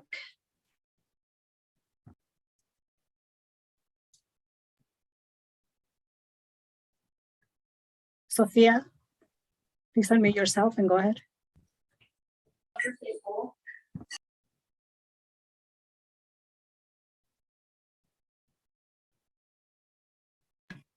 We lost her. Let's bring in Susie Cooper. Hi, can you hear me? Yes. Good evening. I spoke several years ago at a city council meeting hoping to have Wild Walnut Park become a park for the east side of Calabasas. And I also spoke last week during the city strategic planning meeting about the need for a park on this side of Calabasas. I was thrilled to hear that 5 city council members unanimously agreed to look into parks for this side of Calabasas, which has essentially 0 public parks or grass area. I actually now believe that Wild Walnut Park is not a large enough park for what this side of the city needs and deserves. We need a park large enough to have parking and space for a birthday party, a school or class party. We need a space to have outdoor sports classes, to play a soccer or a basketball game. We need a place for teenagers to go to other places other than Gelson's in the Commons. There should be a bathroom and other amenities similar to the parks on the east side. Wild Walnut simply cannot offer that. I thought that it was great to see number 52 Creekside come up on this space. It's actually an unused park space during the week. It was locked on a holiday weekend day. And I think it's a huge area already with large paved parking spaces, bathrooms or plumbing. There's already some play structures and a basketball court there. This is more than Wild Walnut would ever be able to offer. And I think it actually would be a great place for a public park. I'm not sure if that's why this was on there or not, but I thought I would bring it to your attention that Wild Walnut Park is really not going to offer the space that we need as residents on this side, but a park that size, if it were available, would be amazing. Thank you for listening. Madam Mayor, we have no other speakers.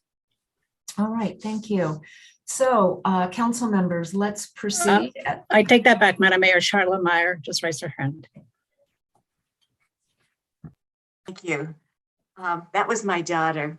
She spoke so nicely. I'm very proud of her. Anyway, and I think she had some good points.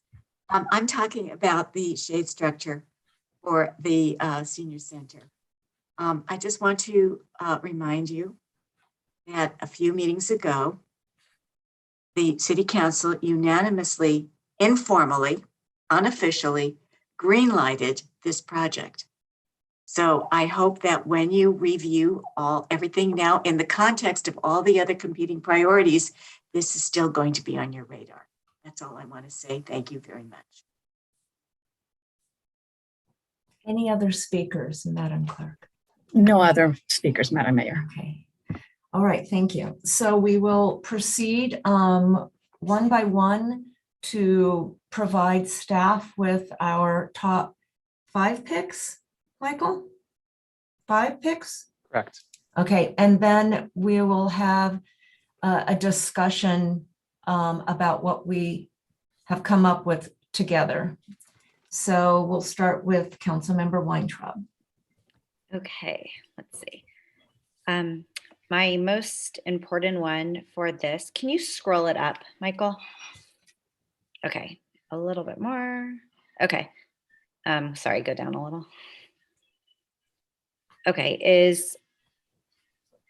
wait, sorry, can you go up again? I'm sorry.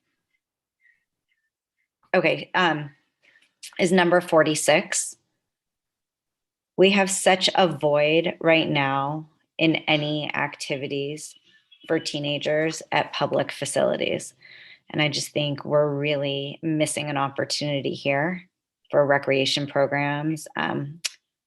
Westlake, Malibu, a lot of other surrounding cities have basketball courts, soccer fields, skate parks, and we don't. And as a mother of 2 teenagers, I'm beginning to see where and what teenagers are doing, and we definitely need to do more through our recreation programs. They want to play basketball, they want to play soccer, they want to do these things, and I think that we need to find a way to provide that in our community. Many of our gated communities have them, but that does not allow access for the entire community. So I would put that down for one of my priorities.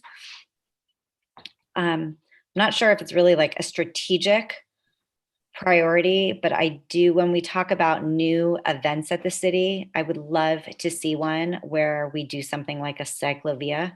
It's not like a grand strategic priority, but I just think we have to just look at doing more. And that would be something that I would want to do.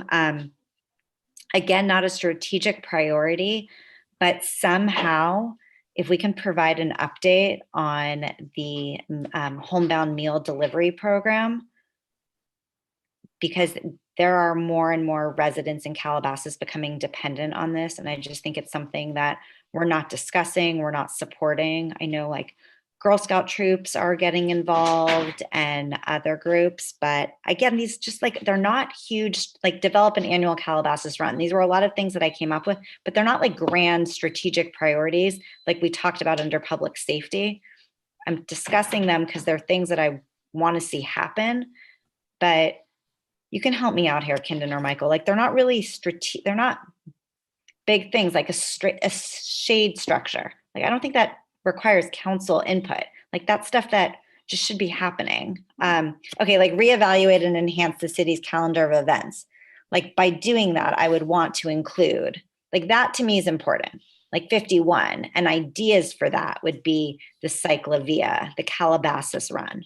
So I'll put 51 down, then with suggestions, if that makes sense. Okay, important, conduct a best use analysis for Creekside Park. And another very important one to me is complete a full and permanent build out of Wild Walnut Park. But I also, and Kindon and Matt, we've been discussing this. To me, this was already something decided. Like it was just temporary because of a funding situation. But I thought we had already decided that this was going to happen. So we can discuss that, but that would be I guess, am I at number 5?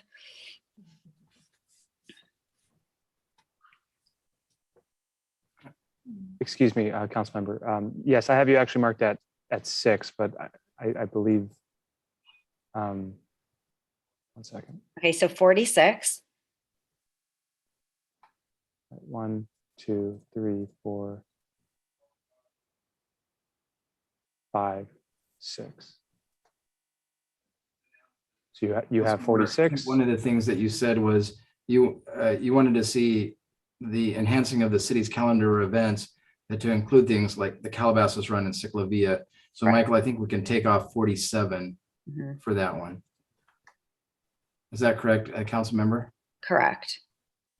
And then the provide an update on the homebound meal delivery program.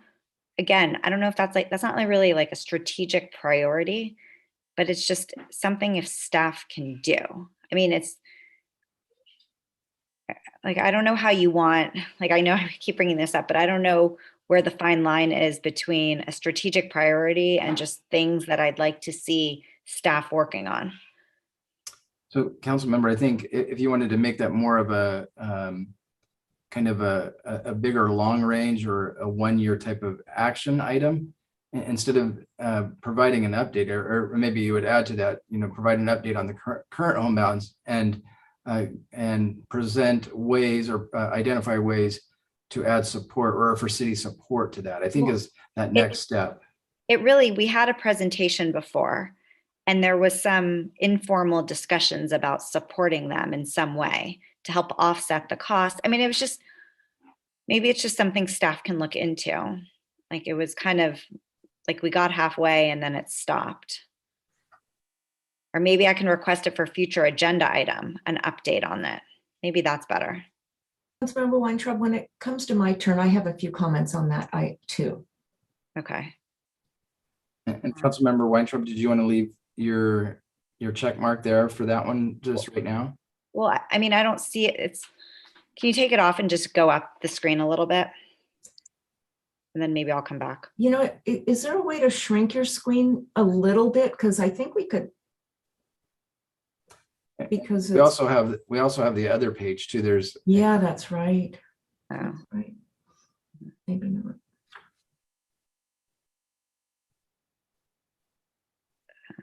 Right. And then like consider holding an annual Relay for Life event that could go under the calendar of events. Mm-hmm.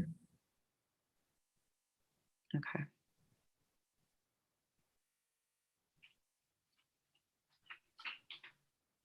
And it's like, obviously I want to see the community center open, but I know we're waiting on more information for that.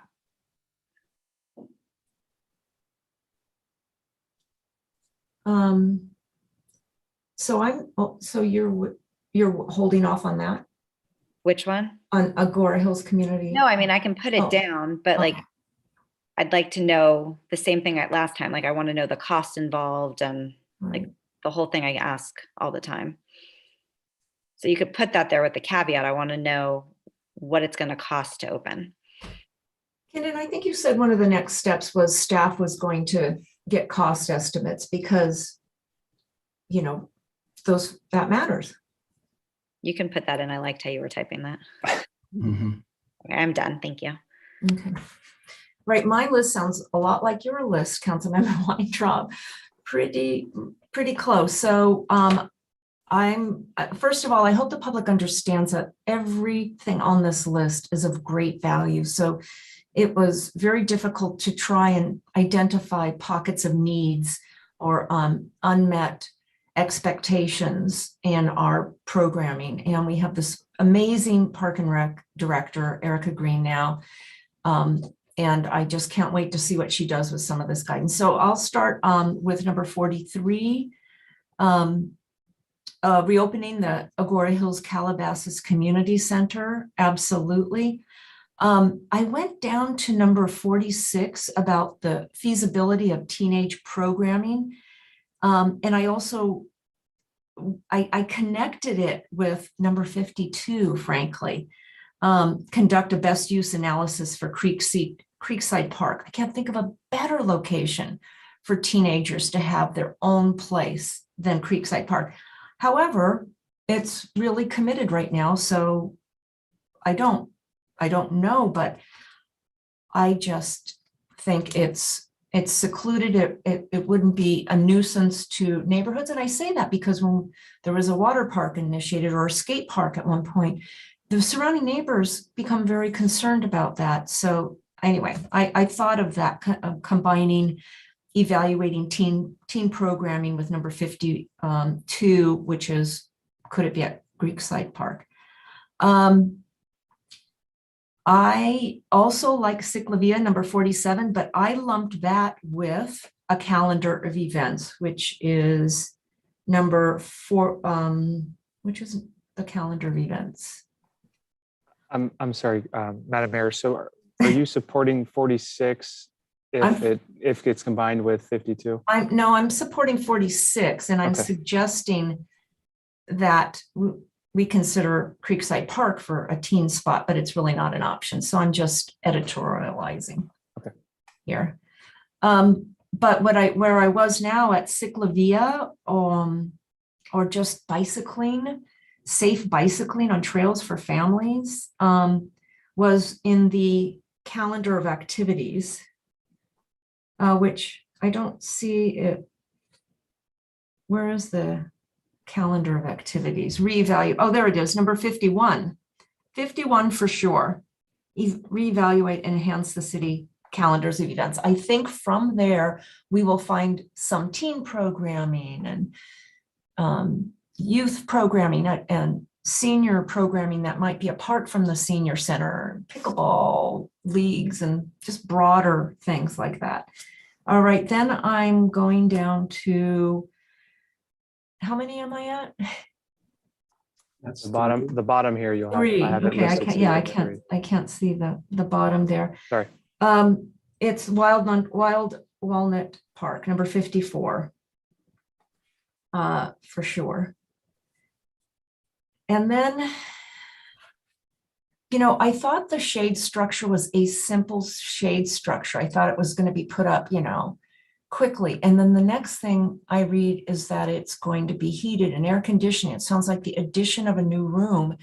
And that, so it fell off my list because we have playgrounds that are shut down right now because they have fallen apart. I mean, COVID has taken its toll on our city and everything we've done. And so I ask for people's patience when they come and speak about why things aren't getting done quickly, or we're still coming back out of it as a city.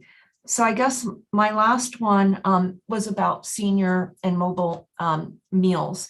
My mother is getting Meals on Wheels right now and is immobile, almost immobile, but mobility challenged seniors.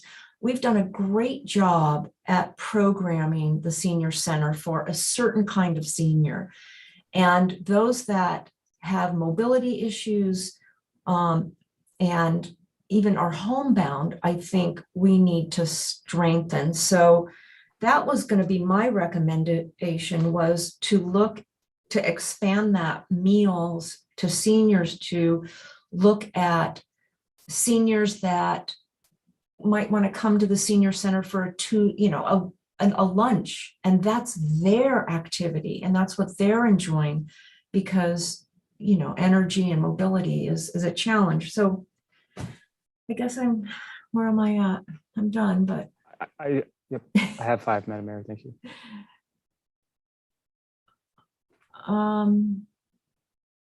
Yeah, I think I'm done. Right? Yes, you have reopened. I can quickly go over them if you'd like. I'm good. All right, so Mayor Pro Tem Shapiro, it's your turn.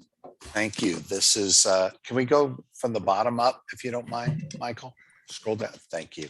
This is a very tough one, as has been said. These are all things that if we had unlimited funds, unlimited staff time, I think we'd check them all ourselves. So keeping in mind what was said about a larger, bigger picture items, I think, again, I may be the only one who thinks this is a big item, but I'm going to go with number 61, which is something, again, that's part of programming, I realize. So it may, just like Relay for Life event, just like for other items, those are things really, hopefully that'll come up. But this is something that I think really we barely touched on as a city, and it's not a high priority from our council at this point. I'd like to see it become one. I think it's something going forward that'd be great. And then scrolling up, I certainly want to expand the scope of the Mayor's Youth Council and Relay for Life, but I'll pass on those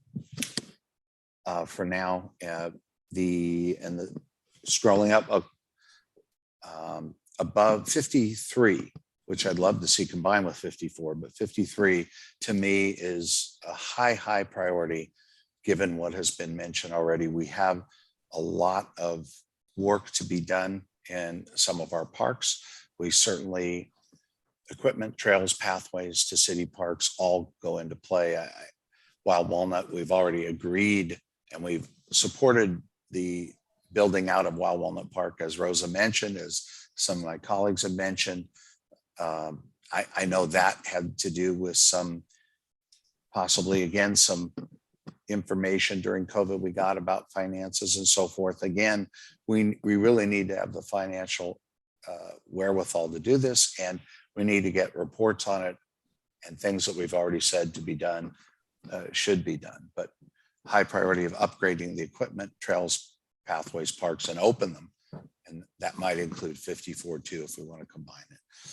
Scrolling up, I think I've got, where am I? Reevaluate the city and enhance city's calendar of events is something I definitely want to see done. And I think it can come and bring into play other analysis of developing a run or homebound, even homebound meal delivery and other items. So, and take a look also at what we're doing and what we want to do in the future. If we want to update and we want to change things, I think that would be nice too. It's good to look forward and come up with new and exciting ideas. Let's see, how many is that? Is that 3 or 4 already? 3. Okay, good. I want to check them all. That's the problem here. Scrolling up.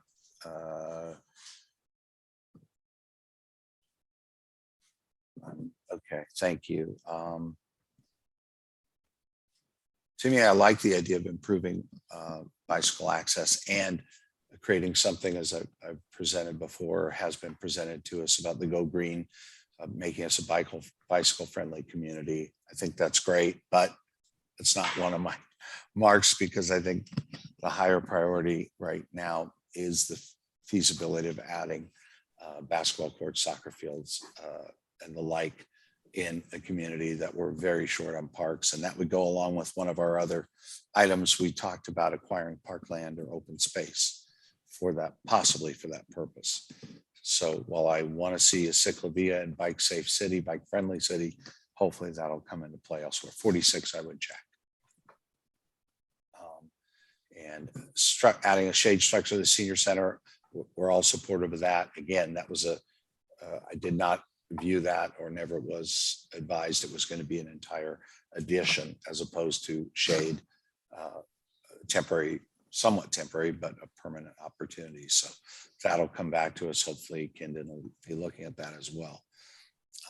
And the last, while I am supportive of reopening the Agoura Hills Calabasas Community Center, we all, I'm sure, are. We have a lot more information to get and do on that, but for now I will check that with the caveat of providing information that we need and we aren't discussing tonight. I think that's 5, isn't it? Yes, Councilmember Shapiro. Okay, thank you. I want them all, but for now that'll be it. All right, Councilmember Bazagian. Okay, so I'll start from the top. One of my highest priorities on this entire list is number 43, reopening the Agoura Hills Calabasas Community Center. I will not reiterate here what a tremendous asset it is to the community in detail, but it is, and it's also a great financial asset to the city that we would actually lose, unlike the other items here, if we were not to reopen it. Moving along, With respect to item number 45, I have a problem with this being on the list. This is not a strategic priority. This was a request by a large number of seniors last year in the hopes that we would take action on it so that the shade structure would be there for this year. I'm very disappointed to see this on the list because under the timeline, what would happen is it would go back for public review and commission comment, and it would not really come back to us until at the earliest May. Then we would set out a plan on how to do the priorities, and then it would come back in the fall, presumably for an RFP. And so, of course, we would miss the entire summer. I would like to see item number 45 put on a future agenda item for a full discussion of the council, not as a strategic priority. And this is one of my problems with the strategic priorities, that we have things on here that I don't want to hear later on if we have ideas, oh, it didn't make a list somehow, and so it's not going to be discussed this year. In any event, I'm not going to check it because I'm going to ask for it to come back separately. Item number, where are we here? Sorry, let me look at the list you have here rather than my notes. Item number 51, I would put a check on that. And I agree with many of the other comments by my colleagues to the effect that this includes some of the other items on here, which I have not checked. Item number 52, I'm not going to put a check on, but it's one of the things that I think we should do when we're finally opened up and the pandemic is totally over, is get someone back from the state to finish the analysis of what we can and cannot do at the park while it's being used as a preschool location. There were questions raised as to what our restrictions were and whether they're different now than in 1998 when the park was acquired. So that needs an update, and that's been 24 years, and we would need someone from the state to come and tell us what they will license us to do and not do. Item number 53 was one of my priorities, so you can put a check on that. Okay, item 54. This is another one I was very disappointed to see on this list. We acquired Wild Walnut Park in 2003. We have been taking surveys and discussing it periodically for 18 years, okay, 18 years. Finally, several years ago, the council unanimously approved a plan to move forward with improvements to Wild Walnut Park. 3 things happened to prevent that from happening. First, the overall RFP bids came back too high. And then we were told specifically that staff would bring back the RFPs for individual aspects of the bids so that maybe we could have a lower cost and then spread them over a couple of years. That never happened because 3 things happened from there. We lost the city manager, we lost our community services director, and then of course, COVID. It is not my opinion that something should appear on a strategic priority list that the council has unanimously already approved. This should be appearing very soon with an RFP for one of the many aspects of the improvements that the council's already approved and sent out to RFP previously. And I don't think it should take a strategic priority. So I'm not going to check that box, but I am going to ask for it to come back. And I hope the council would join me in taking this off the list and getting some real action. Because if we don't do that, again, the timeline is such that will not go out to RFP until the earliest toward the end of the year. And that's another 1-year delay for this park when we could be doing the amenities now.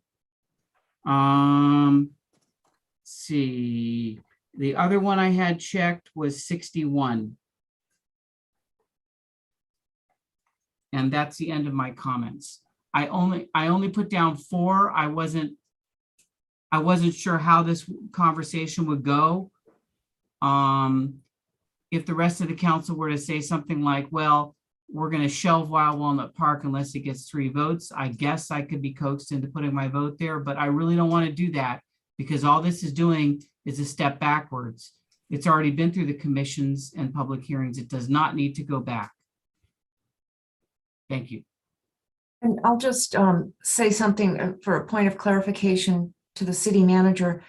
Councilmember Bazagian raised a good point about the park, but what we're trying to do is provide a workload as well for staff. So if we took it off with the expectation that you would begin immediately, that definitely impacts your work plan for the year. Do you want to comment on that suggestion? Can I ask you, Mary Sue, isn't it the case that the RFP that was already done for the park, all you'd have to do is separate out a chapter of the RFP for each of these projects and send it out again? I mean, the paperwork is already written up. So all you have to do is separate out the report and send it out. I don't think it's that much work. Yeah. And Kenan, actually, I don't mean to put you on the spot. It's not fair for everyone else. So why don't we go to Councilmember Crowd and then you can comment on some of the things you heard. Okay. Councilmember Crowd, are you ready to go ahead? Sure, I'm ready. So first, I have to say that, you know, what I keep hearing are things like, you know, projects are important and they need to get done anyways, but it's not one of my strategic priorities. The list we're looking at here is projects and initiatives. And, you know, some of these things may have been voted on already. Some of them may be before my time. Some of them maybe even since I was elected.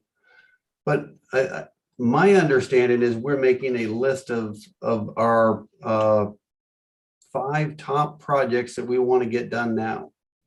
So with that in mind, number 1 on my list would be the Agora Hills Calabasas Community Center.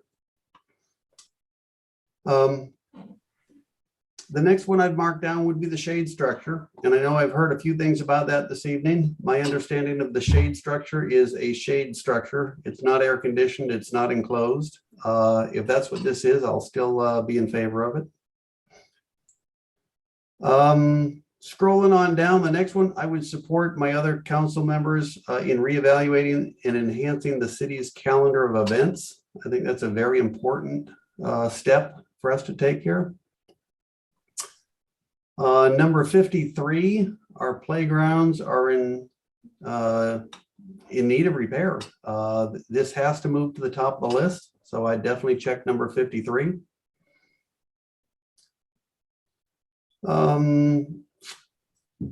The full and permanent build out of Wild Walnut Park, number 54, I would certainly support that as well.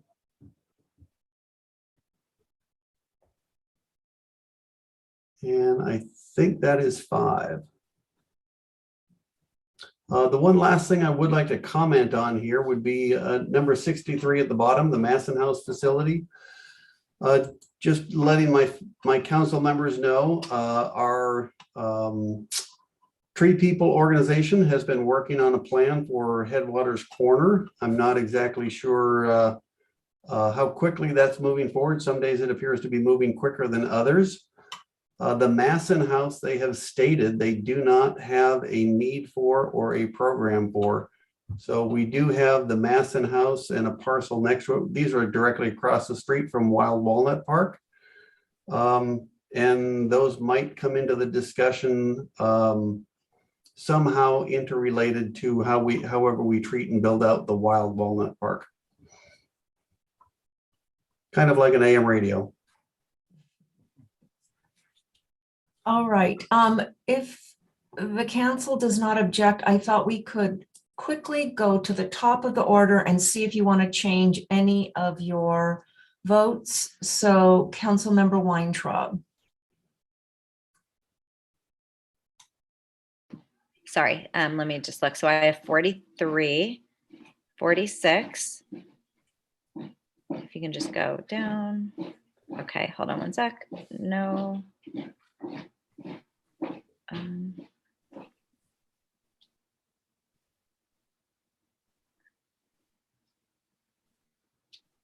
I have a question. Well, I guess no, we couldn't. A best use analysis. No, I'll keep that, even though it doesn't look like it's going anywhere, but I'll keep mine. Thank you. Okay, then me. I want to change at least one. Let's see, the feasibility for teenagers, no, 46 days. If you could scroll down. Oh, I had one, the Agora Hills also, okay. The delivery meal, I see I'm alone here. Can you scroll down a little bit more? Upgrade, I would like to change the delivery meal to upgrade the equipment, number 53. And then lastly,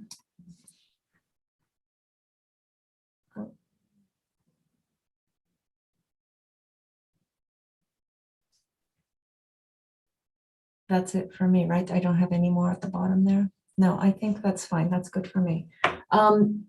Mayor Pro Tem Shapiro, any changes? Let me see. I'm going to keep Michael busy with the scrolling. And again, I appreciated Councilmember Bazagian's comments about a number of the items, in particular, Wild Walnut Park.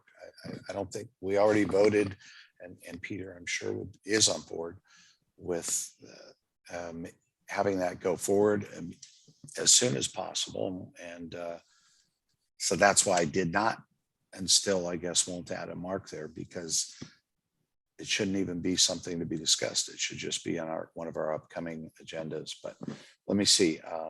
Can you scroll down a little, or scroll up? I guess it would be. I'll keep the 40, 51, 53, 50. And then I could move the intergenerational, but I will keep it there.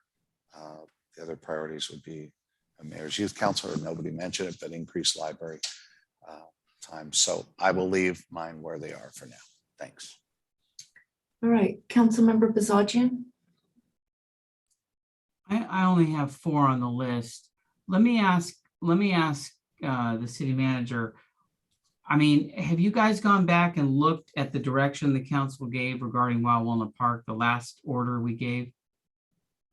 Yes, Councilman. I just had Mari send me those, the transcripts and some other information from previous council meetings. We're starting to review that. I did send that to Erica. So one of the things that I think we're hearing from the council on this is to understand what, bring back what has happened prior to COVID. But then also, I think the question was, what's next? We're starting to find, as we've looked at these plans, that there's missing components. So it's not just dusting off the plans and then sending them out to bid. So for example, we recently met with the JPIA and a group that they consult with on access for disability.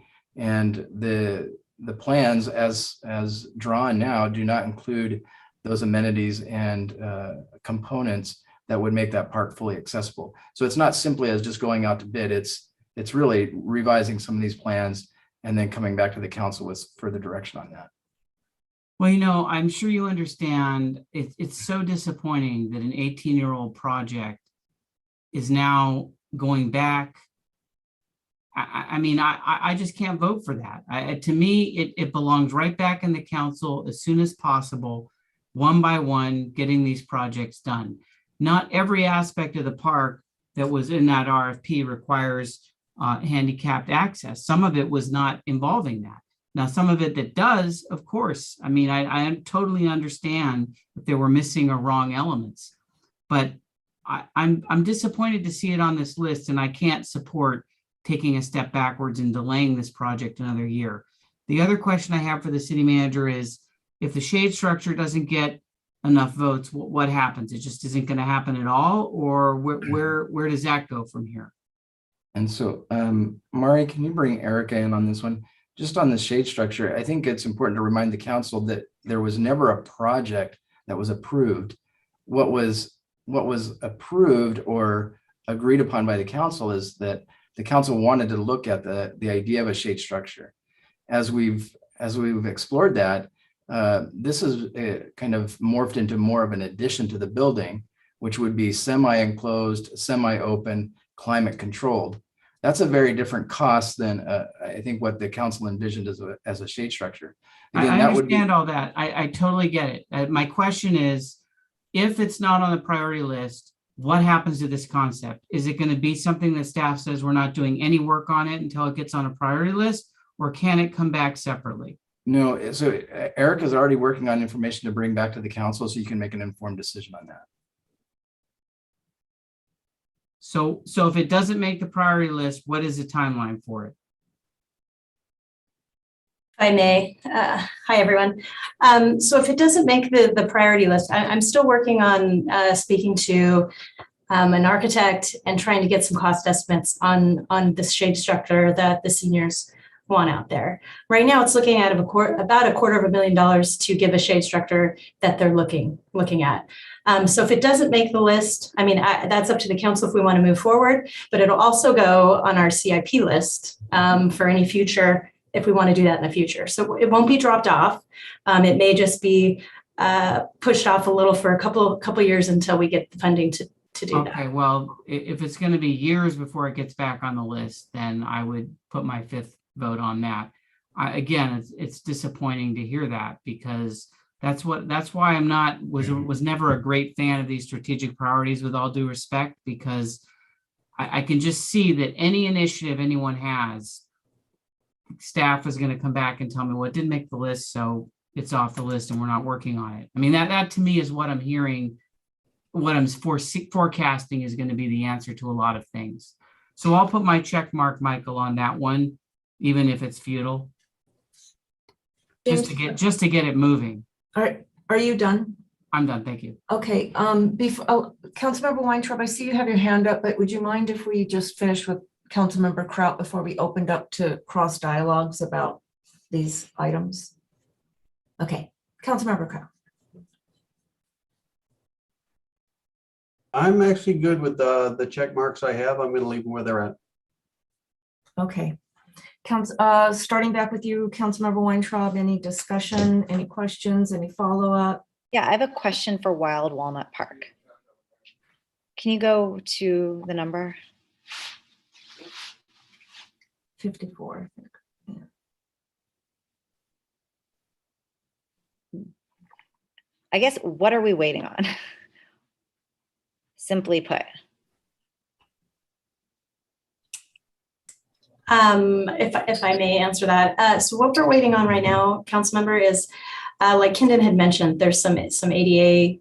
I know about the ADA stuff. Like, sure. So we're having an architect relook at the plans, the original plans that that were done a few years ago. So he's looking at those plans to make adjustments for ADA. From that point, we are going to phase out the project into 3 phases and bring that back for council review and approval. So there could be adjustments to the cost as well. The cost came in very high with the bids.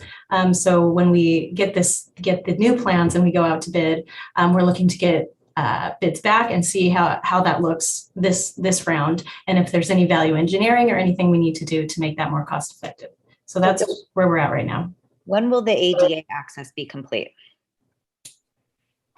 So Alicia, there's 2 different components that we're talking about this. So right now, the one aspect is the ADA access that is for right now, meaning access to the dog park as it now stands. And so we're working on that. We met with again, as I mentioned, the JPIA this week. They provided some temporary ideas. We're looking at 2 different options, or a couple different options, and we'll be looking at that and that can proceed quickly. When we talk about bigger issues, I'm hoping the council understands that the park was designed devoid of accessibility components. And so by law, anything that a disabled person can do in that park, a disabled person should be able to do. That was not designed into the plans. It's not there. No, right. And that's why I'm asking, how soon can this be rectified? The plans? Right. Yeah, Erica, do you have a timeline on when that would be done? The architect is going out this week and then going to draw some things up next week. So we should have something next week or the week after. No, I know, but I guess my question is, after you receive the plans, like how soon can the park, how soon can this come into compliance? Well, then we'd have to go out to bid to see what the proposals come back at and what the funding, what the bid amounts are for that. And then council would have to approve spending the funding to get the park built. So Alicia, are you talking about the accessibility issues now? Yeah, I'm talking about the current accessibility issues. Yeah. So Erica, I mean, we just got on Monday the options from the consultant. No, I know, but I guess I Maybe think the it's a little council- hard to drill down. I think we need to keep it at the concept level as much. No, as I know, we but can I think because everyone, I think the council needs to understand that like this park is right now is not ADA compliant. Right. And it's a really big deal that people cannot go to this park. So telling me these like grand things, it gets frustrating. You know, it does not, there can be simple fixes to make this part ADA accessible. And it's not. And that's what I'm saying, council member. We just barely had that discussion on Monday. And so we Right. haven't been able to review the cost or the actual work that would need to be done. Okay.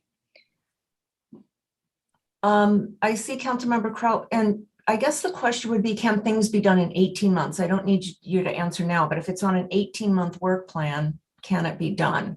But Councilmember Kraut, your hand was up on this issue you. regarding Wild Walnut, and anyone else on Wild Walnut? Yeah, this is on Wild Walnut and on more of this in general. Wild Walnut sounds like it was approved before I was on council, which is great. It's a project, it should move forward, but it's not budgeted in our finances right now. There's nothing in the budget subcommittee that has looked at any sort of a dollar figure to cover it. So when we look at this process that we're going through here right now, it's not only to identify the projects that are most important to us that need to get done. It's also to identify a list so that we can start tracking and planning for these costs. It's also so that we can identify a finite number of projects to task our staff with. And to say that it was approved long ago and shouldn't be counted on this list would be fine, but then our city manager might tell us we need to whittle our list down to 29 projects instead of 30. So I really think as we look at all of these things, another example would be last week we talked about a climate action plan. It's my understanding the climate action plan has been talked about many times by council before that last meeting, but somehow we all seem to focus in on that as one of our project initiatives that we voted on. I'd like to ask the rest of my fellow council members, if there's a project that needs to get done, whether you're philosophically opposed to the process or not, it needs to be on this list so that staff has a specific list of projects that they can start working towards. It doesn't mean that something won't happen later on, but we have to start planning in order to manage our money and to manage our staff and resources. So I am still in favor of a shade structure. I'm still in favor of Wild Walnut Park. And I'm most in favor of getting a comprehensive list together here. So, Councilmember Weintraub, and I want to remind my colleagues, it is 9:30 and we have 2 more sections to go. Councilmember Weintraub and then Mayor Pro Tem Shapiro. I'm just going to end. I just want to reiterate that as long as Wild Walnut Park is open and operating right now, to me, it needs to be ADA accessible, not in 18 months, but now. Like there are quick fixes to make the park ADA accessible. And I think we need to look at those. And I also support the full build out of the park. Where a lot of our current park equipment is not updated. We have to look at a bigger plan. We've discussed this. We've looked at pictures and picked out equipment. I mean, it's just so ridiculous that we're continuing to have this conversation. So that's it. Okay, I'm going to ask staff to pull up our top 5 or our top 5 items, and we can talk directly at these. We'll go, I count Mayor Pro Tem Shapiro, but there's your list if you wanted it. Okay, you were asking for questions on Wild Walnut. I'll start with that. My question was to Erica or Kindon. You mentioned the going out and coming back with a 3-prong approach or 3 potential RFPs, breaking it out. What is the time frame that you have now to bring that back to council? Are we talking months or a longer vision than that? I'm going to say that's going to be at least a 2 to 3 month process for us to get the plans back, post an RFP, get those bids back, and get back to council. Okay, and that is currently in the works right now and is Correct. going forward, right? Correct. Okay, Correct. so does our going ahead and mandating this as a high priority item change that timeline in any way, Kindon or Erica? I don't think so. We're trying to do it as quick as possible at this point. Okay, then I'll keep my check off that one and say I'm supportive of just moving forward, and I agree with Alicia as well. Let's see, playground equipment. We already know there are some serious things we need to do, Kindon and Erica, on the playground equipment to bring it up to proper standards for safety and for our city, correct? Correct. Okay. And are we on a tie on 46 and 54? Can you report, wait, did I hear from everyone? Councilmember Bazagian, did you go? The second round? Well, actually, the only thing I was curious about, Michael McConville, if you could read the top 5, because it's hard for me to see the entire thing because it's not all on the screen at the same time. Yeah, I think you can shrink it and fit it on. Can you just read us which of them are in the highest category? Yes, we'll do. Before you do that, may I comment? Okay. I'm Okay, sorry. and Michael, I think you can shrink it even more to get the whole, well, maybe not. I have one on the seniors. I'm the only one. Oh no, conduct the analysis of the park. Is that, no, that's Alicia. I guess it was the senior one. Can you find where I am alone? And I want to move it to the intergenerational because that will cover senior and hopefully more. The 5 that I have, are you able to see my sheet right now? Yeah. Yeah, Mayor, I think you already moved that, and you moved it to. Oh, okay, I did. I'm sorry. Yeah. So, yes, my comment is let's look at where we are at with 3, 4, 5s and count them up and go from there. Michael, can you just? Sure. So the 2 5s are 43, reopen the Victoria Hills Calabasas Community Center and reevaluate and enhance the city's calendar of events. So those 2 were unanimous. You have one at number 4. That's upgrade playground equipment, trails, and pathways at city parks. And so that's 3 total out of 5. And then if we wanted to round out with the 2 remaining 3s, the 2 remaining 3s, it would be conduct a feasibility study on adding basketball courts, soccer fields, or skate parks to improve recreation programs and opportunities. And then number 5, complete a full and permanent build out of Wild Walnut Park to include a dog and children's park. Those are the top 5 in terms of support. Okay. All right. Raise your hand if you have any comments or about changing those 5, or otherwise we'll move with those 5. So raise your hands and I'll take a look. And it's James. So just to be clear now, I didn't quite get it on number 45, the shade structure, which I put my 5th vote on. If it's not on the priority list, that means, Erica, that you're not going to be moving forward on this year? Correct. It'll be added to our CIP program, which most likely would be subsequent years in order to get funding for this structure. Yeah, I mean, I would just reiterate my feeling that this strategic priority list is taking over important functions of the city that and just wrapping everything in bureaucracy that I didn't foresee. So I'm sorry that shade structure cannot. Is there something temporary you can put up, Erica, as we all maybe had more in mind, something that would provide Mayor, protection from the sun, but Mayor, instead of having that discussion at this time, I would recommend that we continue with the discussion of the overall priorities and objectives. Okay. We still have 2 other categories that we need to go through and and focus on those. All right. So are there any objections to number 43, Agora Hills, reopening it? Number 46, a feasibility study for programming for teenagers. 51, evaluating the city's calendar of events. 53, upgrading playground equipment, trails, and pathways. And lastly, 54, a build out of Wild Walnut to include dog and children's park. Any objections? Any last comments? Okay. Would the council raise your hand if you'd like to take a break?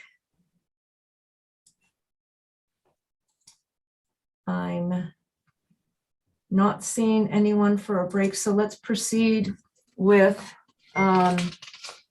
organizational excellence. This should maybe go quicker, and our order is me, David, James, Peter, Alicia. So I will start, and my choices are hire a lobbyist, number 64.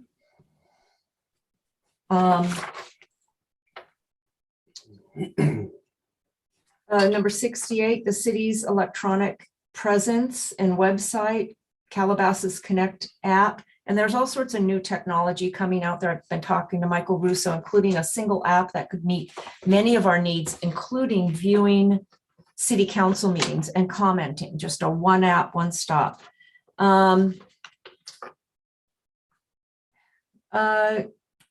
I think did you say, number 70, the equity and participation in CalPERS, and that is again where some staff don't have to contribute towards CalPERS the full amount and others do, and there's inequities, and that can impact morale, and it's an important thing to fix.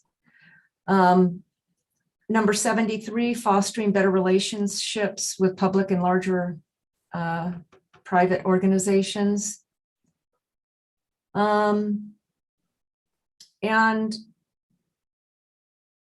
I guess is that it? One more? I guess I'll assess and restructure city staffing needs, which I believe has started, but we can certainly make it a top priority. And that's it for me. So next up is Mayor Pro Tem Shapiro. Thank you. Thank you. I'll be quick on this one, starting with 65. Did I get that right? Better utilize commissioner. Yes. 65. 68. Again, the electronics presence. And then there's a couple close ones, but I'll go ahead with 73. I'm sorry, 73. And 76, which probably also ties in with something we already talked about with the sheriffs as well. And I think 72. I think that's something we've been working on for a long time, and I don't know. I think that seems like more of a long-term goal, although 64 is important too, but that's it. Thank you. Councilmember Bazagian. Yes. I'll try to be quick as well. Item number 64, long overdue, so you can put a check there. I would have put 65, but I ran out of check marks, but I wanted to flag that as being an important thing. Number 68, put a check mark. I think that's really important. Number 71, put a check mark. Number 72, put a check mark. I realize this is for many people would be a more minor consideration, but it seems to me that we have a very poor system of finding things. I know we keep a lot of things, but then when we get a Public Records Act request or we want to go back, I mean, like tonight when I'm asking about Wild Walnut Park and the history, no one knows it. No one's can know it offhand without researching it. And then there's all types of blanks in the record. And I just think that we need a better system for record, not only archiving, but retention and keeping in a place where we can use it for next time. Number 73, I'm not putting a check, but I think it's very important. I ran out of checks. And item number 76, I would check. We have a lot of longstanding contracts, some of which we don't even think about until they come up, very periodically. And I think as a contract city, we owe it to ourselves to re-examine some of these contracts and see if any of them need renewal or changes or clauses or whatever to get maximum efficiency for our community and to save money if possible. So those are my observations. Thank you. Okay, and Was that 5? I'm sorry. I assumed it was 5. I checked them. Yes. Okay. Thank you. Councilmember Kraut? All right, thank you. I'll be quick as well. Number 64. Number 65. Number 68. Just a quick comment about 71. I'm not putting a check mark there because I think the city did a great job of hiring a city manager. And I think this falls under his purview, so I'm going to stay out of his way on that one. Number 73, I think is most important to our city. We have so many things that involve other surrounding communities, our county, our other organizations around us. There's just so many relationships that are paramount to a lot of the things we want to get done. And then I'll go with number 76 as well. And that should do it. All right, Councilmember Weintraub. Okay, I'll be super quick. Number 64. Okay, you can go down. 68. Super important.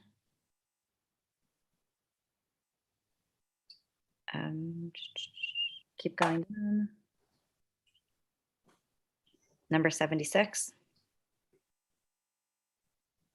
Kindon, where is this the one that you come up with the really good idea about how to make sure that community members' emails were responded to in a more efficient way? That's number 68. Oh, sorry. Okay, sorry. Yes, I had that. Okay. Top of the pile. Yes.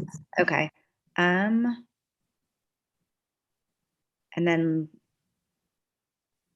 okay, and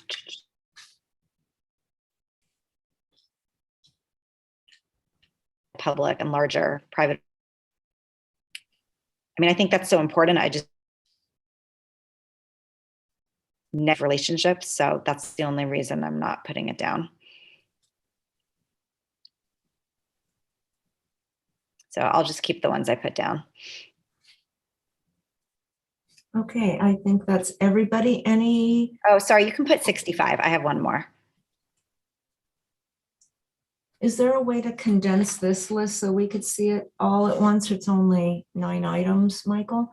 And if anyone wants to move, see where we're at, and 1, 2, 3, 4, 5, 6, 7, 8. Okay, 77 you don't need on there. Yeah. All right, so there's where we're at. Let's start with if anybody wants to move any of their items, starting with me. Which am I the first column? Which column? Oh, there I am. E. Okay. Equity and CalPERS.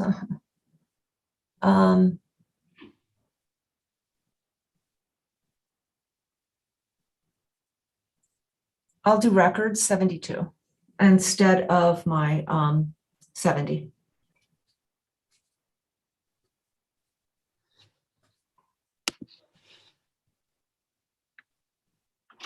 All right, and then next was Mayor Pro Tem Shapiro. Any changes? No changes for me. It looks like we have a 3-way tie for. Councilmember Bazagian? Any changes? I'm comfortable with what I put. Yeah, I'm okay. As of now, I'm comfortable with what okay. I put. Councilmember Weintraub? I'll just add about the more efficient system in maintaining city records and archives because I have one more. Okay.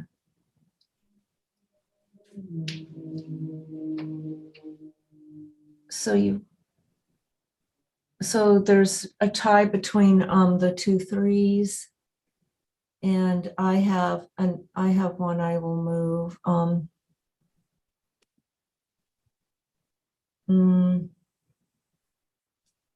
I already have that vote. I don't know.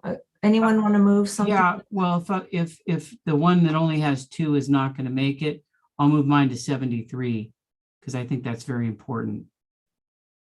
Okay, then that's it. I won't move mine. And I think that would. All right, there's 5. Are there any questions, any objections? That was a much easier list.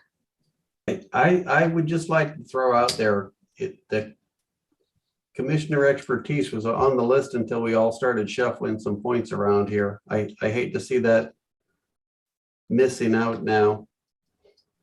I think we have a number of commissioners that we've got into great seats, and we ask them to get together once a quarter. We give them an update of what's going on, and we send them on their ways, and we're not utilizing them like we should. Yeah, well, Peter, I actually agree with you, but in the past, the council's been saying the same thing for years, and we keep getting the same complaint. I don't know what the cause of it not being corrected is, but you know, at some point, I think number 73 is more important. I think some of our relations are not good with outside agencies, and that's adversely impacting the city's ability to do a number of things that I'm not going to discuss here, but we have discussed in the past. And if I could add, the reason I didn't mark this one, I do agree some are underutilized and some maybe we don't need to utilize, but I think with the rebuild of our staff and department heads, that they need to weigh in on maybe making recommendations to us once they're at that point. So I thought this might be a better one a little further down the road. All right, hearing no further comments or objections, there are our 5.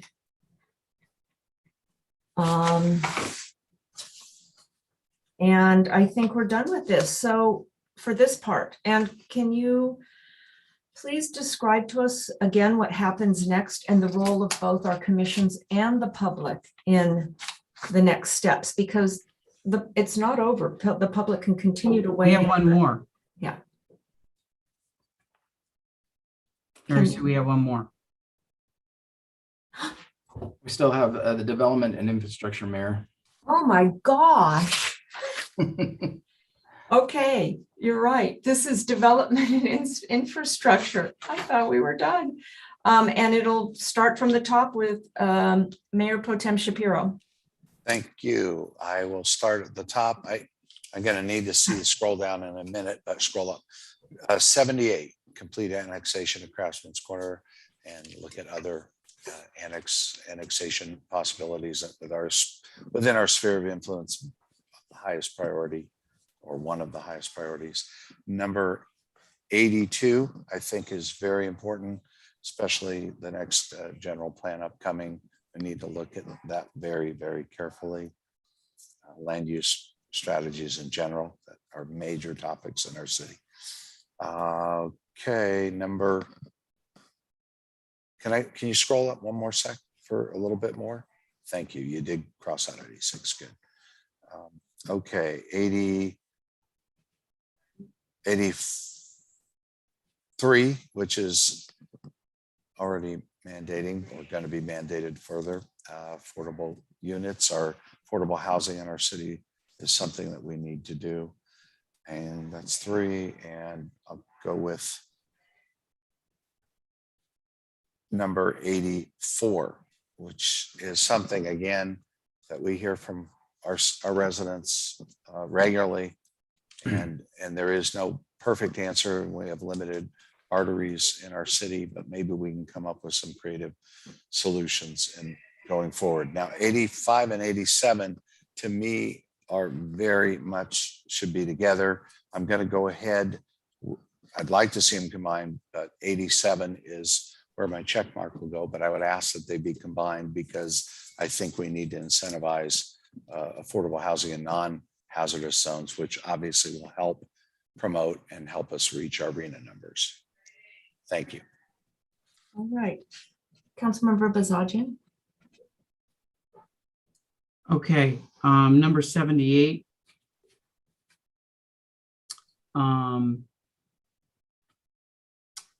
Number 82. Number 83. Number 84. And that was all I had. If I had to choose another one, it would be much farther down. So for now, can I just leave it at 4 and maybe I won't even pick a 5th? Okay. Let me think about it depending on what the conversation is. Thank you. Councilmember Kraut. Yeah, thank you. I want to start from the bottom if I could. Number 87, I don't see as an action item. I think we've already done that. So I'm not sure who put this on here, but it just doesn't sound, we've done promoting the housing development to ensure arena requirements are met. And in fact, number 85 was done along with that. We created an affordable housing overlay zone. So those two are already done. I'm not sure why they're on the list.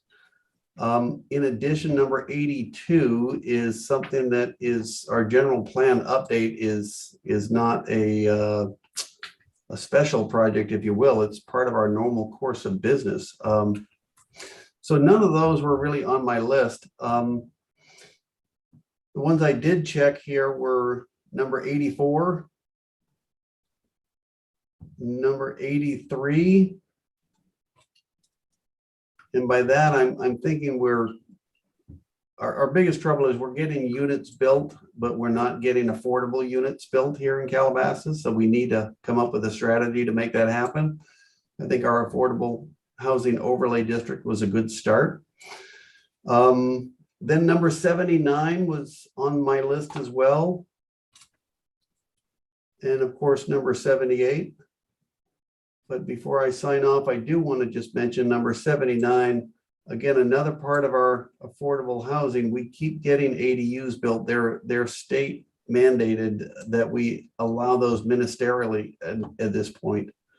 So we keep getting ADUs built, but none of them are affordable. We're not getting any credit. So I'd love to see a pilot affordable ADU program. Otherwise, we're going to have a whole lot of units built in Calabasas, and we are not going to meet our arena numbers for affordable units. That's it. Thanks. Well, what happened to 78? Thank you. You said 78. It didn't get checked. I did say 78. Yep. So I think I have 4 on there. Yep. Councilmember Weintraub. We'll go quick. Number 78. Number 80, even though no one else has that, 82, 83, and 84. Okay.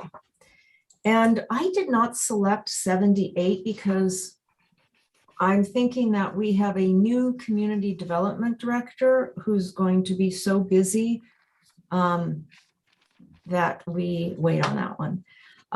79, yes, I am all about ADUs and trying to get those arena numbers. Number 80, although most neighborhoods in my experience do not want lights, that could be changing, so I want to know about that. Number 81, for sure, I'd love to see some redevelopment there of that with that overlay zone. And then I have 85, but I changed the word from incentivize citywide affordable housing and non-fire hazard zones to implement citywide affordable housing. So to implement the plan, because we did create that overlay zone. I think that was all I had. It wasn't 5. How many was it? Yeah, 4. Okay, can we shrink it so we can see everything, and then we'll do a quick round of if anybody wants to change anything.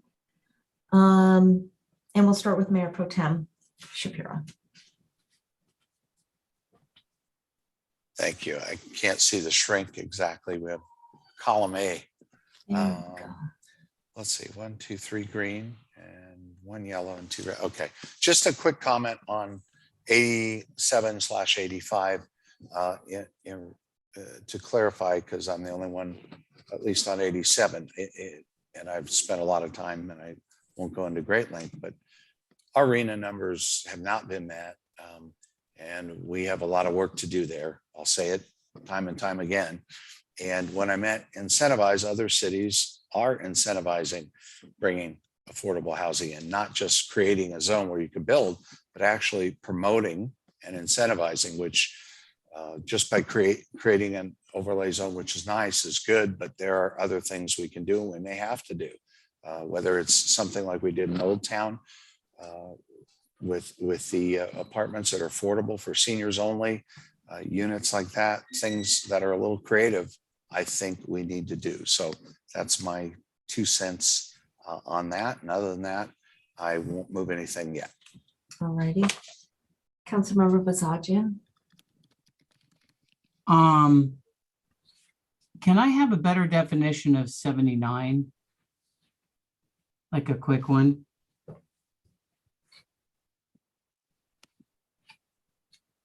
Sure. You want me to give you a couple of examples of what they've done? Yes.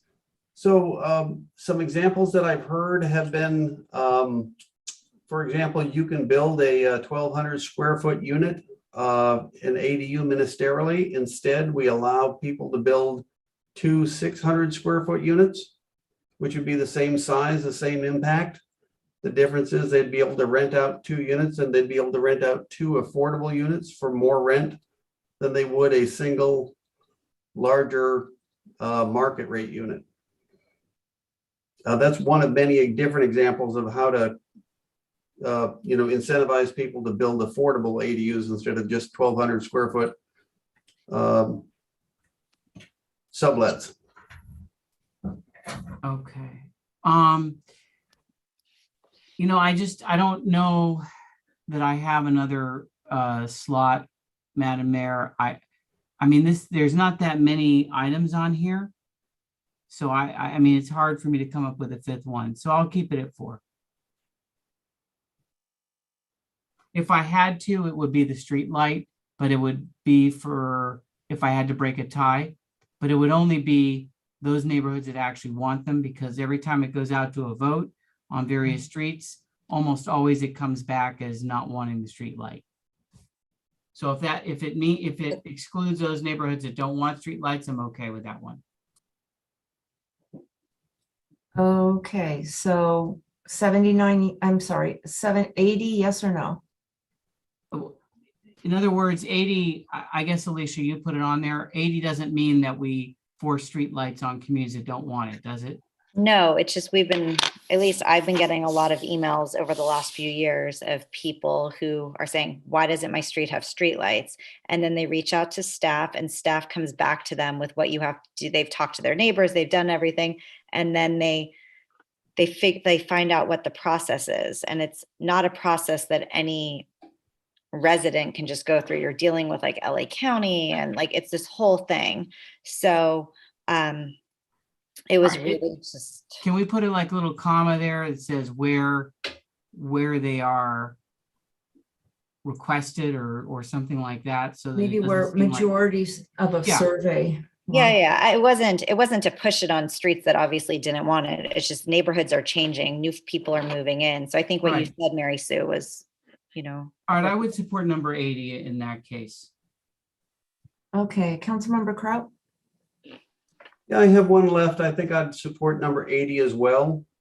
Just a little side note, I've heard from a number of residents as well. What they're all surprised at is that there's a lighting maintenance district established that adds a fee that has to be recovered from that neighborhood. So they essentially end up having to pay for the streetlights that they want put into their neighborhood, which is, I suspect, why many neighborhoods turn it down.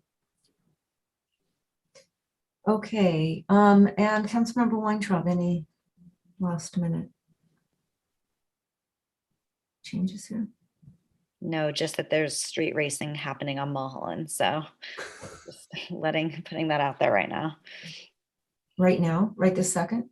Yes, it's just constant. And so. All right, and I have no further changes, so staff, or do we have our list?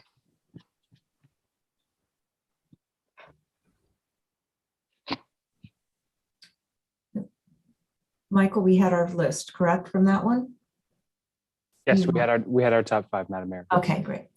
All right, any last comments? And then I would like staff to just, for the benefit of the public watching, remind them what happens next, both at the commission level and the public level. Thank Any you. comments from council? I don't see any hands up, so go ahead, Kendon. So thank you, Council. I know this is a difficult process to prioritize these, and several of you have mentioned it over and over again. If we could check all of the boxes, that really shows what's important to our community. And we know this is a grueling exercise, but again, what we're trying to do is get to a consensus. So there's a consensus on a work plan. The next steps, Mayor, council members, would be that this list will be put together in a way that is a survey format. It will be presented to our commissioners and to our advisory boards, and also to the general public, which would give them a chance to look at the 5 projects or initiatives under each strategic priority, and then select 3. Again, they're not ranking those as number 1, 2, and 3. They're selecting 3 out of the 5. That will then come back to the council with the discussion to select from those 3, the 3 that are recommended by the community, 2, which then would give us about 12 projects or initiatives for each for this work plan. So that would be our next steps. We'll be compiling that and start sending that out. We look forward to getting the comments and the response from the community, and look for that direction and input that they give to the council. Okay, you know what, I'd like staff to start considering how we can, as we move through the next year and 18 months, how we can identify future work plan projects and kind of, we have a discussion about them, or hey, let's make sure we include this as on the list, so we don't wait till just such a short time frame. And I want to thank my colleagues for this exercise. I think it was really helpful, but know in the future, we will start with more staff input on ideas, our own leftover ideas, and or new ideas. So thank you all for that. And thank you, Michael McConville. Excellent job. All right, so we are about done here on informational reports. Well, I had a question. Yes. On the timeline to the city manager. Kendon, so like, for example, on Wild Walnut Park, two questions. One, the ADU compliance, ADA compliance, sorry, which was supposed to be done anyways, that doesn't have to wait for it to go back to a commission, to come back to here, to get approval on the final list. Is that just going to be done? Because that's non-compliant, it's non-compliant. That's correct, council member. There's 2 different things that we're talking about. So the existing dog park is not ADA accessible. We are going to remedy that immediately. Okay. That's not something that is on a strategic plan. That has to be done immediately. Okay. And I mentioned that we had a meeting on Monday. I was wrong. Monday was the holiday. We met yesterday. So we barely just received the plans yesterday and are reviewing those. No, we don't expect a 24-hour turnaround. The other question I had was, if Wild Walnut Park goes back to the commission, goes back to whatever stage and doesn't get selected, what is its status? It just stays dormant and the project just lays dormant? No, this is where, again, there's a couple things that the council can do. One, the council has the final say in this. So for example, if it does not, let's say, rank among the public as a priority, council can override the public and put that on the list. Regardless, we owe it to council to come back and give a status of what we've discovered now that we've started working on this. And that gives council, again, that opportunity to say, okay, now that we understand the changes that need to be made to the park, how it might be able to be phased, And this might be a little bit different discussion than what happened, 2 or 3 years ago. Once that council has that new information, then we can determine, how it's phased, if it's bid out as one single package, what we'd like to do is based on the council's majority thought on that. And then the council would also have the power to say, take it off of a strategic priority list and just do it. Correct. Yeah, the council, you have that prerogative at any time. I was hoping any time might be tonight, but anyway, thank you, Kendon. And Kendon, on the back end of that, as it moves out into the public arena, we'll be asking them to choose the top 3. Top 3, correct. So keep in mind, my colleagues, that as grueling as this was to choose the top 5 in some categories, and again, we as the council have the flexibility that, for instance, this last group, development and infrastructure, if it's got 3 and we want 4 in park and rec, we can move the numbers around a little bit, correct? We can. Okay, Yeah. so that's good to know too, because there's some tough choices there. All right. Any other questions, comments on this item? All right. So I now think let's the move only on. other thing, Mayor, that I'd add, and just looking, I still see quite a few of my directors on the phone or on the Zoom. This has been very informative to us, because even those items that maybe received 2 or 3 that didn't make the list, what we've heard is that there's some things that are important to the council, and a wise director would go back to their staff and say, I hope you were paying attention, staff, to some of the conversations that were had. What are the low-lying fruit that we can come back and address very quickly? So again, as your staff, we should be wise stewards of what we're entrusted with, and also look at ways to improve regardless.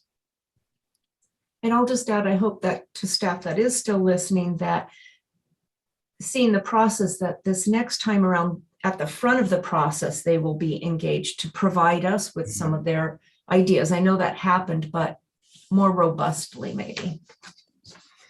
Okay. All right. So let's go to informational reports. Any comments on the check register? Raise your hand.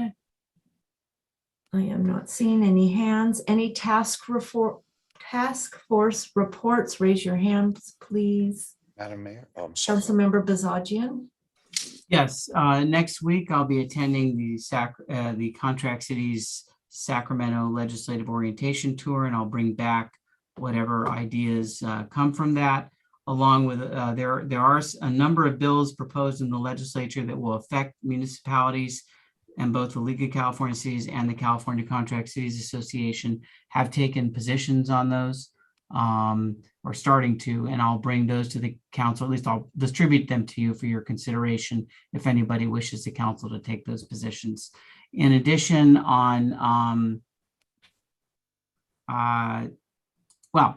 that's it for now. Thank you. Okay. Mayor Pro Tem Shapiro. Thank you. Sorry to interrupt. I have reports, but are we taking item number 5 off the agenda? Or are we going to deal with that? I don't, Liaisons? there wasn't an action item. I mean. Oh, that was showed as a separate agenda item. But Was there, Matt, the work plan strategies that we just completed, are we to vote on what we just did, or was it? I'm sorry, I didn't make myself. It says City Council Liaison External Committee Appointments. That was removed. That was removed. Okay. Yes, that was taken off the agenda. And to answer your question, Madam Mayor, no votes needed on the strategic priorities item. The direction from the council is sufficient to move it forward. Okay, thank you. Yes, I'm sorry about that. Mayor Pro Tem Shapiro had a different agenda. Do you have any task force reports though?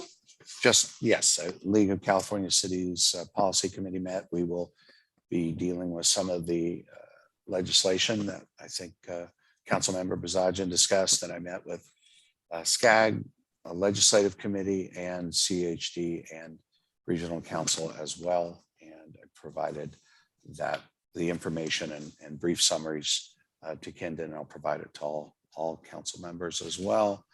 I should have said it up front, but in light of what's going on in Eastern Europe, I just send all of our thoughts and prayers to everybody for peace as soon as possible. Yes. All right, thank you. I do not see any other hands for task reports. Kindon, do you have anything to report as the city manager?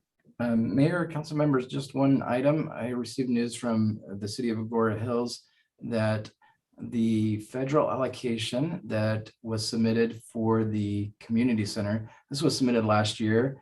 We received news previously that it had been suspended, that it wasn't going to move forward. Agora Hills was just recently contacted that has been reconsidered. It is in the process again. And we don't know exactly the timing on that, but it has been revived and is in play in Washington, D.C. right now. So we're excited about that. And once we have more information, we'll be able to share that with you. That's great news. And this was $1 million request, that application that was put in. That's great. Is there anything we should do or could do or contact our congressman or? Yes, we'll be doing Let us that, know. and we'll probably put together a letter maybe the council could sign just to have our senators and Congress representatives look at that. Sounds good. Please All try right, to any- assemble the lists that we did before, if you could, Mary Sue. We had a list of all the agencies from the water district, the school board, everything, and it was very helpful in getting the grant. For redistricting? No, not for redistricting, for this grant. Oh, okay. Let's do that. We'll do that. All right. Any future agenda or information item requests? Hands up, anybody? Okay. All right. If not, then this meeting is adjourned until Wednesday, March 9th at 7 p.m. Thank you all again very much. Thank you.